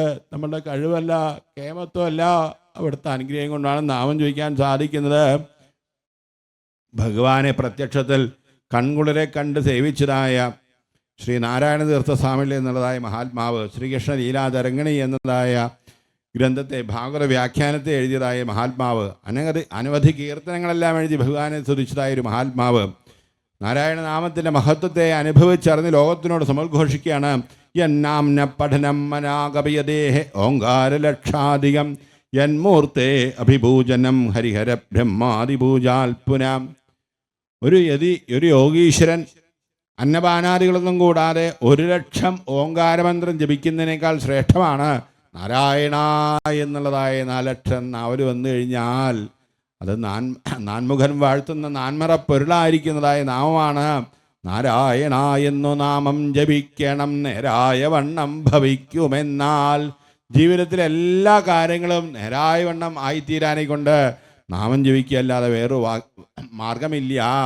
നാമമാണു മഹാവാക്യം, നാമമാണു ജഗൽഗുരു, നാമമാണു തപശ്ചര്യ, നാമമാണ് ഇഷ്ടദൈവതം. വിചാരം ചെയ്യേണ്ടതായ മഹാവാക്യങ്ങൾ എന്താണ്? തത്വമസ്യാദി വാക്യങ്ങളൊന്നും എല്ലാവർക്കൊന്നും വിചാരം ചെയ്യാനെങ്കിലും സാധ്യമല്ല. പ്രസ്ഥാനത്രയങ്ങൾ പഠിച്ച് പ്രാവർത്തിയമാക്കാൻ എല്ലാവർക്കും ഒരുപോലെ സാധിച്ചു എന്ന് വരില്ല. വേണ്ട, നാരായണ എന്നുള്ളതായ മഹാവാക്യത്തെ മനസ്സിലോർക്കണേ. നാമമാണ് ജഗൽഗുരു. നിങ്ങൾക്കെന്നും വഴികാട്ടിയായി നിൽക്കുന്നതായ ജഗൽഗുരു ഭഗവത് നാമം തന്നെയാണ്. നാമം ജപിക്കുന്നൊരു ഭക്തൻ വഴിപഴക്കില്ല. കാത്തുരക്ഷിക്കാൻ കൊണ്ടു നടത്താൻ ഒരാളുണ്ട്. നാമസ്വരൂപിയായ ഗുരുവായൂരപ്പൻ എഴുന്നള്ളും. ഭാഗവതമാണ് സത്യം, ഗുരുവായൂരപ്പനാണ് സത്യം. നാമം ജപിക്കുന്നതായ ഒരു ഭക്തനെ നാമമാണ് തപശ്ചര്യ. ഇതിലുപരിയായിട്ട് വേറെ തപസ് വേണ്ട. എന്തിന് വേറെ തപസ്? നാമം നാവിലില്ലേ, ഒന്നിനെയും ഭയപ്പെടേണ്ടതായിട്ടില്ല. അതുകൊണ്ട് എന്ത് വേണം? ചൊല്ലേണം നാമമെന്നുള്ളത് പലരും അറിഞ്ഞും പറഞ്ഞും കഴിഞ്ഞാൽ ചൊല്ലിയിടുന്നോർ കനക്കക്കുറയും അത് മഹാപാപമെന്നും പ്രസിദ്ധം. ചൊല്ലിയിട്ടെന്തെന്നു മറ്റുള്ളവർ പരിഹസിച്ചാൽ നമുക്കല്ല ഖേദം. ചൊല്ലേറും വ്യാസനും പാർത്തനൊരു തതുരകം മേച്ചുമേവും നിനക്കം. അപ്പം നാമം ജപിക്കണം എന്നുള്ളത് ഇന്നോ ഒന്നൊരു കേൾക്കാൻ തുടങ്ങിയൊന്നും അല്ല, ഇല്ലേ? എത്ര സപ്താഹങ്ങൾ കേട്ടിരിക്കണോ, എത്ര നമ്മുടെ മോക്ഷം കേട്ടിരിക്കണോ. കാലായി ഇതൊക്കെ കേൾക്കാൻ തുടങ്ങിയിട്ട്. എല്ലാവരും ജപിക്കുന്നുണ്ടോ? അല്ലേ? ചൊല്ലേണം നാമമെന്നുള്ളത് പലരും അറിഞ്ഞും പറഞ്ഞും കഴിഞ്ഞാൽ ചൊല്ലിയിടുന്നോർ കനക്കക്കുറയും. നാമം ചോദിക്കുന്ന ആൾക്കാർ വളരെ കഷ്ടിയനെ കുറവന്നെയായിരിക്കും. ഇനി വേറെ ചില ആൾക്കാരുണ്ട്, ചൊല്ലിയിട്ടെന്തെന്നു മറ്റുള്ളവർ പരിഹസിച്ചാൽ. ഇതൊക്കെ LKG UKG കുട്ടികൾക്കുള്ളതാ. കുറച്ച് അറിവും വിവരമൊക്കെ ഉണ്ടെങ്കിൽ വേറെ കോഴ്സും ക്യാപ്സുകളും ഒക്കെ ഉണ്ട്, മറ്റു പലതിനൊക്കെ പോവുക വേണ്ടത് എന്ന് പറഞ്ഞ് ആരെങ്കിലും പരിഹസിച്ചു കഴിഞ്ഞാൽ നമുക്കല്ല ഖേദം. അതിനെക്കുറിച്ചോർത്ത് വിഷമിക്കേണ്ട ആവശ്യമില്ല. അറിയാതെ ചെയ്യുന്നത് അപരാധമല്ല, അറിഞ്ഞിട്ടും ചെയ്യുന്നതാണ് അപരാധം. ഭഗവത് നാമത്തിൻ്റെ മഹിമ അറിഞ്ഞിട്ട് നാമം ചോദിക്കാതിരിക്കുക എന്നുള്ളതാണ് മഹാപാപമെന്നും പ്രസിദ്ധം. ഏറ്റവും വലിയ പാപം എന്ന് പറയുന്നത് ആരെങ്കിലും നാമം ചോദിക്കുന്നതായി നമ്മെ പരിഹസിക്കുന്നുണ്ടെങ്കിൽ, ഭഗവത് നാമത്തിൻ്റെ മാഹാത്മ്യത്തെ പരിഹസിക്കുന്നുണ്ടെങ്കിൽ, ചോദ്യം ചെയ്യുന്നുണ്ടെങ്കിൽ അതിനെക്കുറിച്ച് ഓർത്ത് വിഷമിക്കേണ്ട. ആരാണ് ഭഗവത് നാമത്തിൻ്റെ മഹിമയെ നമ്മളോട് ഉപദേശിച്ചിരിക്കുന്നത്? ചൊല്ലേറും വ്യാസനും, ചൊല്ലിയതായി വേദം ചൊല്ലിയതായി വ്യാസഭഗവാനാണ്. നാമസങ്കീർത്തനം യസ്യ സർവപാപ പ്രനാശനം എന്ന് നമ്മളോട് അരുളി ചെയ്തിരിക്കുന്നത്. പാർത്ഥനൊരു രഥതുരകം മേച്ചുമേവും നിനക്കും പാർത്ഥസാരഥിയായ മഹാപ്രഭുവാണ്. യജ്ഞാനം ജപയജ്ഞോസ്മി, യജ്ഞങ്ങളിൽ വെച്ച് ഞാൻ നാമജപയജ്ഞമാണെന്ന് അരുളി ചെയ്തിരിക്കുന്നത്. അതുകൊണ്ട് അഹോഭാഗ്യം അഹോഭാഗ്യം ഹരിനാമരഥാത്മനാം, ഈ ജന്മത്തിൽ കിട്ടിയിരിക്കുന്നതായ ഒരു മഹാഭാഗ്യം തന്നെയാണ് ഭഗവത് നാമത്തിലൊരു വിശ്വാസം ഉണ്ടാവുക എന്നുള്ളത്. ത്രിദശൈരഭിപൂജ്യതേ, ദേവന്മാരാൽ പോലും നാമം ചോദിക്കുന്നതായൊരു ഭക്തൻ പൂജിക്കപ്പെടാൻ ഇടയായിത്തീരുന്നു. എന്തുകൊണ്ടാ? കംസാരിതൻ നാമജപത്തിനോളം ഉത്കൃഷ്ടമാം സാധനയില്ല വേറെ. നാമാമൃത സാക്ഷാത്കാരത്തിന് അനായാസേന ഈശ്വരപ്രാപ്തിക്കായുള്ള ഒരു മാർഗം ഭഗവത് നാമ സങ്കീർത്തനം പോലെ വേറെയില്ല. പൂന്തേൻ മൊഴികളിൽ പൂന്താനം പാടി പഠിപ്പിച്ചതായ പാഠമെന്താ? യുഗം 4 നല്ലൂ കലിയുഗം. സുഖമേ തന്നെ മുക്തി വരുത്തുവാൻ കൃഷ്ണ കൃഷ്ണ മുകുന്ദ ജനാർദ്ദന. കൃഷ്ണ ഗോവിന്ദ രാമ എന്നിങ്ങനെ തിരുനാമ സങ്കീർത്തനമെന്നിയെ മറ്റേതുമില്ല യജ്ഞമറിഞ്ഞാലും. മറ്റേതും ഒരു യജ്ഞം ഒരു സ്ഥാനത്തിനും അർഹതയില്ല. ഭഗവത് നാമം മാത്രമാണ് ഏകമാർഗം ഈ കലികാലത്ത്. അതുകൊണ്ട് എന്ത് വേണം? നാവേ ജപിക്കൂ ഭഗവാന്റെ നാമം, വേദം കടഞ്ഞിട്ടു ലഭിച്ച സാരം, മായാബ്ധിതൻ താരകമായ മന്ത്രം, നിർവാണ പീയൂഷമെഴുന്ന കുംഭം. നാമം ചോദിക്കാൻ കിട്ടിയതായ അവസരത്തെ പാഴാക്കി കളയാനിടയാവരുതേ. എല്ലാ ധർമ്മങ്ങളിൽ വെച്ച് സർവോത്കൃഷ്ടമായിരിക്കുന്നതായ ഭഗവത് നാമത്തിൻ്റെ മഹിമയെ ഈ കാലപടന്മാരോട് വിഷ്ണുഭാഷകന്മാരങ്ങ് ഉപദേശിച്ചതായ സമയത്ത് ഇതെല്ലാം ആ വിഷ്ണു ഭാഷന്മാരുടെ തിരുമുഖ കമലത്തിൽ നിന്ന് നേരിട്ട് കേൾക്കാൻ ഭാഗ്യം സിദ്ധിച്ചതായ ആ അജാമിളൻ ഹരിദ്വാരത്തിൽ ചെന്ന നിഷ്ഠയോടുകൂടി നാമം ജപിച്ച് ഭഗവത്ഗതയെ പ്രാപിക്കാൻ ഇടയായിത്തീർന്നു. മ്രിയമാണോ ഹരേർനാമ ഗൃണൻ പുത്രോപചാരിതം, അജാമിളോപ്യഗാധാമങ്ക്യം പുനഃശ്രദ്ധ്യാഗൃണൻ. മഹാഭാവിയായിരിക്കുന്നതായ ജാമിളൻ പോലും നാരായണ എന്നുള്ളതായ നാമോച്ചാരണ മാത്രത്താൽ ഇതാ പരമഗതിയെ പ്രാപിച്ചു കഴിഞ്ഞു. അതുകൊണ്ട് സംശയിക്കാനില്ല. നാരായണ എന്നൊന്ന് വിളിക്കണേ. ഗുരുവായൂരപ്പൻ വിളി കേൾക്കാതിരിക്കില്ല. ഒരച്ഛനേക്കാളും അമ്മയേക്കാളും അവനവനേക്കാളും നമ്മെ കാത്തുരക്ഷിക്കുന്ന കരുണാമൂർത്തിയാണ് ഗുരുവായൂരപ്പൻ. ആ ഭഗവത് നാമത്തിൻ്റെ വൈഭവത്തെ വിശ്വഭാഷകന്മാർ കാലകിങ്കരന്മാരോടങ്ങ് ഉപദേശിച്ചതായ സമയത്ത് ഈ കാലകിങ്കരന്മാരാവട്ടെ അവരുടെ സംയമനീപുരിയിലോട്ടങ്ങ് ഓടിച്ചെന്ന് ധർമ്മദേവൻ്റെ കാൽക്കൽ ഈ കാലഭാഷവും കാലദണ്ഡും എല്ലാം അങ്ങ് അടിയറ വയ്ക്കുകയാണ്. അടിയറ വെച്ചുകൊണ്ട് ധർമ്മദേവനോടങ്ങ് അവരെല്ലാവരും ഒരേ സ്വരത്തിലങ്ങ് സങ്കടം ഉണർത്തിക്കുകയാണ്. ധർമ്മദേവ, ഞങ്ങളില്ല ഈ പരിപാടിക്ക്. ഞങ്ങൾ ആ അജാമിളൻ്റെ പാപജീവനെ കൊണ്ടുവരാനെ കൊണ്ട് പോയ സമയത്ത് 4 പേരും ഒന്നും ആരാന്നറിയില്ല, ഇതിന് മുന്നേ ഇങ്ങനെയുള്ള ആൾക്കാരെ കണ്ടിട്ടില്ല അല്ലേ. അവർ വന്ന് കടക്കപ്പുറത്ത് അല്ലേ ഞങ്ങളങ്ങോട്ട് പുറത്ത് പിടിച്ച് മാറ്റുകയാണ്. ഇന്നേവരെ ഒരു അവമാനം ഉണ്ടായിട്ടില്ല. ഞങ്ങൾ പോവില്ല. ഭരിക്കുകയാണെങ്കിൽ ആര് ഭരിക്കണം? നട്ടലുള്ളതായ ഒരാൾ ഭരിക്കണം. ആ നട്ടലുള്ളതായ ഒരാൾ ഭരിക്കാനില്ലാത്തതുകൊണ്ടാണല്ലോ കോഴി കുറുക്കൻ കീരിയും പാമ്പും തട്ടിക്കൂട്ടിയൊക്കെ ഭരിക്കാനിടയായിത്തീരുന്നത്. ധർമ്മദേവൻ ഒരാളാണ് ഈ ലോകത്തിൽ ഭരണാധികാരിയായിരിക്കുന്ന ആളാണ് ഞങ്ങൾ കരുതിയത്. ഇപ്പോൾ ഒരാൾ മാത്രമല്ല, വേറെയും ചില ആൾക്കാരൊക്കെ ഉണ്ടെന്ന് മനസ്സിലായി. ഞങ്ങൾ എന്തായാലും ഈ പരിപാടിക്കില്ല എന്ന് പറഞ്ഞ് സങ്കടം ഉണർത്തിക്കുകയാണ്. ഇത് കേട്ട സമയത്ത് ധർമ്മദേവൻ ഇരുകരങ്ങളും കൂപ്പി പറയാണ്, ഉണ്ണികളെ, നിങ്ങൾക്ക് തെറ്റുപറ്റി. പരോമതന്യോ ജഗരസ്തുഷം പ്രോതം പടവൽ എത്ര വിശ്വം. യാതൊരു മഹാപ്രഭുവാണോ ഈ ജഗത്തിൽ ഓതപ്രോതമായി നിലകൊള്ളുന്നത് ആ സർവേശ്വരനായ സർവശക്തനായിരിക്കുന്നതായ വിഷ്ണു ഭഗവാനല്ലാതെ വേറൊരു നിയന്താവില്ല ഈ ലോകത്തിന്. അവിടുത്തെ ഇച്ഛയ്ക്കനുസരിച്ചാണ് ഇവിടെ എന്തും നടക്കുന്നത്. ആ മഹാപ്രഭുവിനെ ആശ്രയിച്ചൊരു നാമം ചോദിച്ചിട്ടുണ്ടോ? ആ ഭക്തൻ ഒരിക്കലും ഒരു അമംഗളം പ്രാപിക്കാൻ ഇടയായിത്തീരില്ല. വാസുദേവ ഭക്താനാം അശുഭം വിദ്യതേ കുജിൽ. ഒരു പ്രകാരത്തിലൊരു അമംഗളം ബാധിക്കാൻ ഇടയായിത്തീരില്ല. ആ ജാമളൻ നാരായണ എന്നുള്ളതായ 4 അക്ഷരത്തെ കീർത്തിക്കാൻ ഇടയായതിൻ്റെ ഫലമായിട്ടാണ് വിശ്വഭാഷകന്മാരവിടെ പ്രത്യക്ഷമാവാൻ ഇടയായിത്തീർന്നത്. അത് കണ്ടിട്ടാണ് നിങ്ങളിങ്ങനെ വിഷമിക്കുന്നത്, പരാതിയെല്ലാം പറയുന്നത്.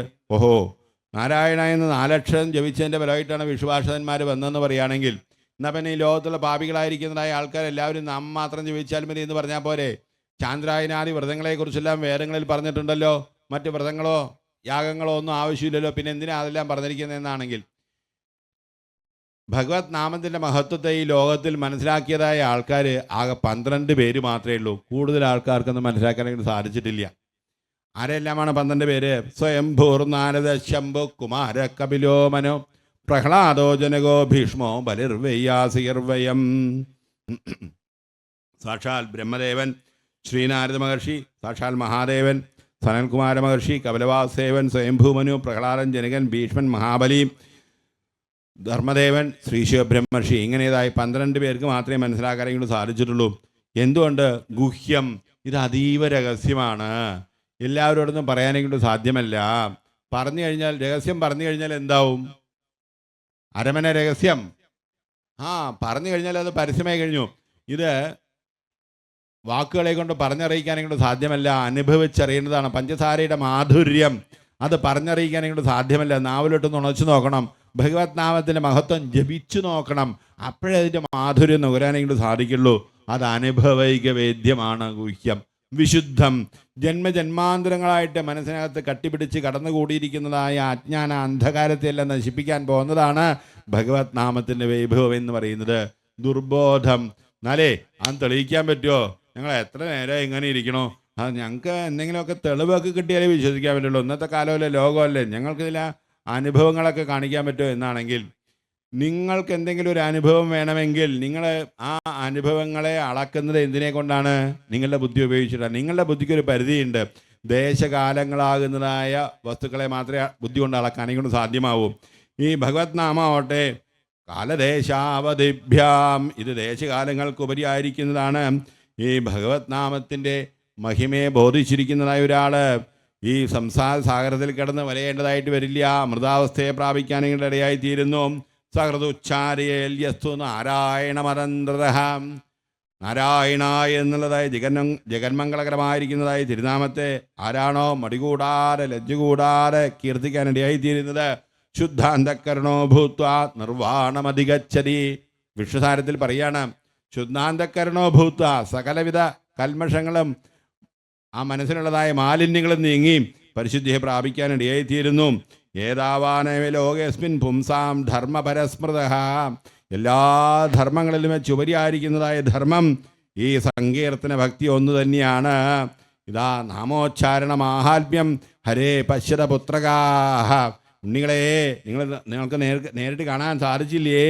അജാമിളോപി ഏനൈവ മൃത്യുപാശാൽ അമുച്ഛത. മഹാപാപിയായിരിക്കുന്ന അജാമിളൻ കൂടി മരണഭക്തത്തിൽ നിന്ന് മോചിതനായി. അതുകൊണ്ട് എന്ത് വേണം? നമ്മൾക്കൊരു അന്ത്യാവസ്ഥ എന്നുള്ളതുണ്ട്. അതെവിടെ വെച്ച് എപ്പോൾ ആർക്ക് ഏത് പ്രകാരത്തിലെ പ്രയാണം കൊണ്ട് വയ്യ. പൊട്ടപ്പായിൽ കിടന്നിട്ടോ, പാറച്ചാലിൽ കിടന്നിട്ടോ, ആശുപത്രി കിടക്കയിൽ കിടന്നിട്ടോ, വീട്ടിൽ കിടന്നിട്ടോ, എവിടെ വെച്ചിട്ടായാലും ശരീരം ഉപേക്ഷിക്കേണ്ടതായിട്ട് വരും. അങ്ങനെ ആ ശരീരം ഉപേക്ഷിക്കുന്നതായ വേളയിൽ 5 നിമിഷത്തിൽ നാരായണ എന്നുള്ളതായ 4 അക്ഷരം നമുക്ക് നാവിൽ പ്രകാശിക്കണം. അതിനെന്ത് വേണം? അവസാന സമയത്ത് ജപിക്കണമെന്ന് കരുതിയിരുന്നാൽ പോരാ, വിചാരിച്ചാൽ പോരാ, നേരത്തെ കൂട്ടി അഭ്യസിച്ചാൽ മാത്രമേ സാധിക്കൂ. എവിടെയോ കിടക്കുന്നതായി നമ്മൾക്ക് ഇവിടെ പന്തലൂർ ഈ വനമാലി ഭാഗവത സത്രത്തിൽ അജാമിള മോക്ഷത്തിൽ നമ്മൾക്ക് എത്തിച്ചേരാനേയും കൂടി സാധിച്ചു. ഇവിടെ എത്തിച്ചതായ പരാൽപരനായ പരമദയാലുവായ പ്രേമസ്വരൂപനായിരിക്കുന്നതായ മഹാപ്രഭുവിൻ്റെ തൃപ്പാദങ്ങളെ നമസ്കരിച്ച് നമുക്ക് ഉച്ചത്തിൽ നാരായണ കീർത്തിക്കാം. 5 നിമിഷത്തിൽ അടിയങ്ങൾ എവിടെ കിടന്ന് ശരീരം വെടിയാണെങ്കിലും നാമസ്വരൂപിയായിരിക്കുന്ന അവിടെ നിന്ന് നാവിൽ പ്രകാശിക്കണം. കണ്ണൻ നെഞ്ചിൽ കളിയാടണം. അതിനനുഗ്രഹിക്കണേ എന്ന് പ്രാർത്ഥിച്ച് ഉച്ചത്തിലൊന്ന് നാമം ചോദിക്കാം. നാരായണ നാരായണ നാരായണ നാരായണ നാരായണ നാരായണ നാരായണ നാരായണം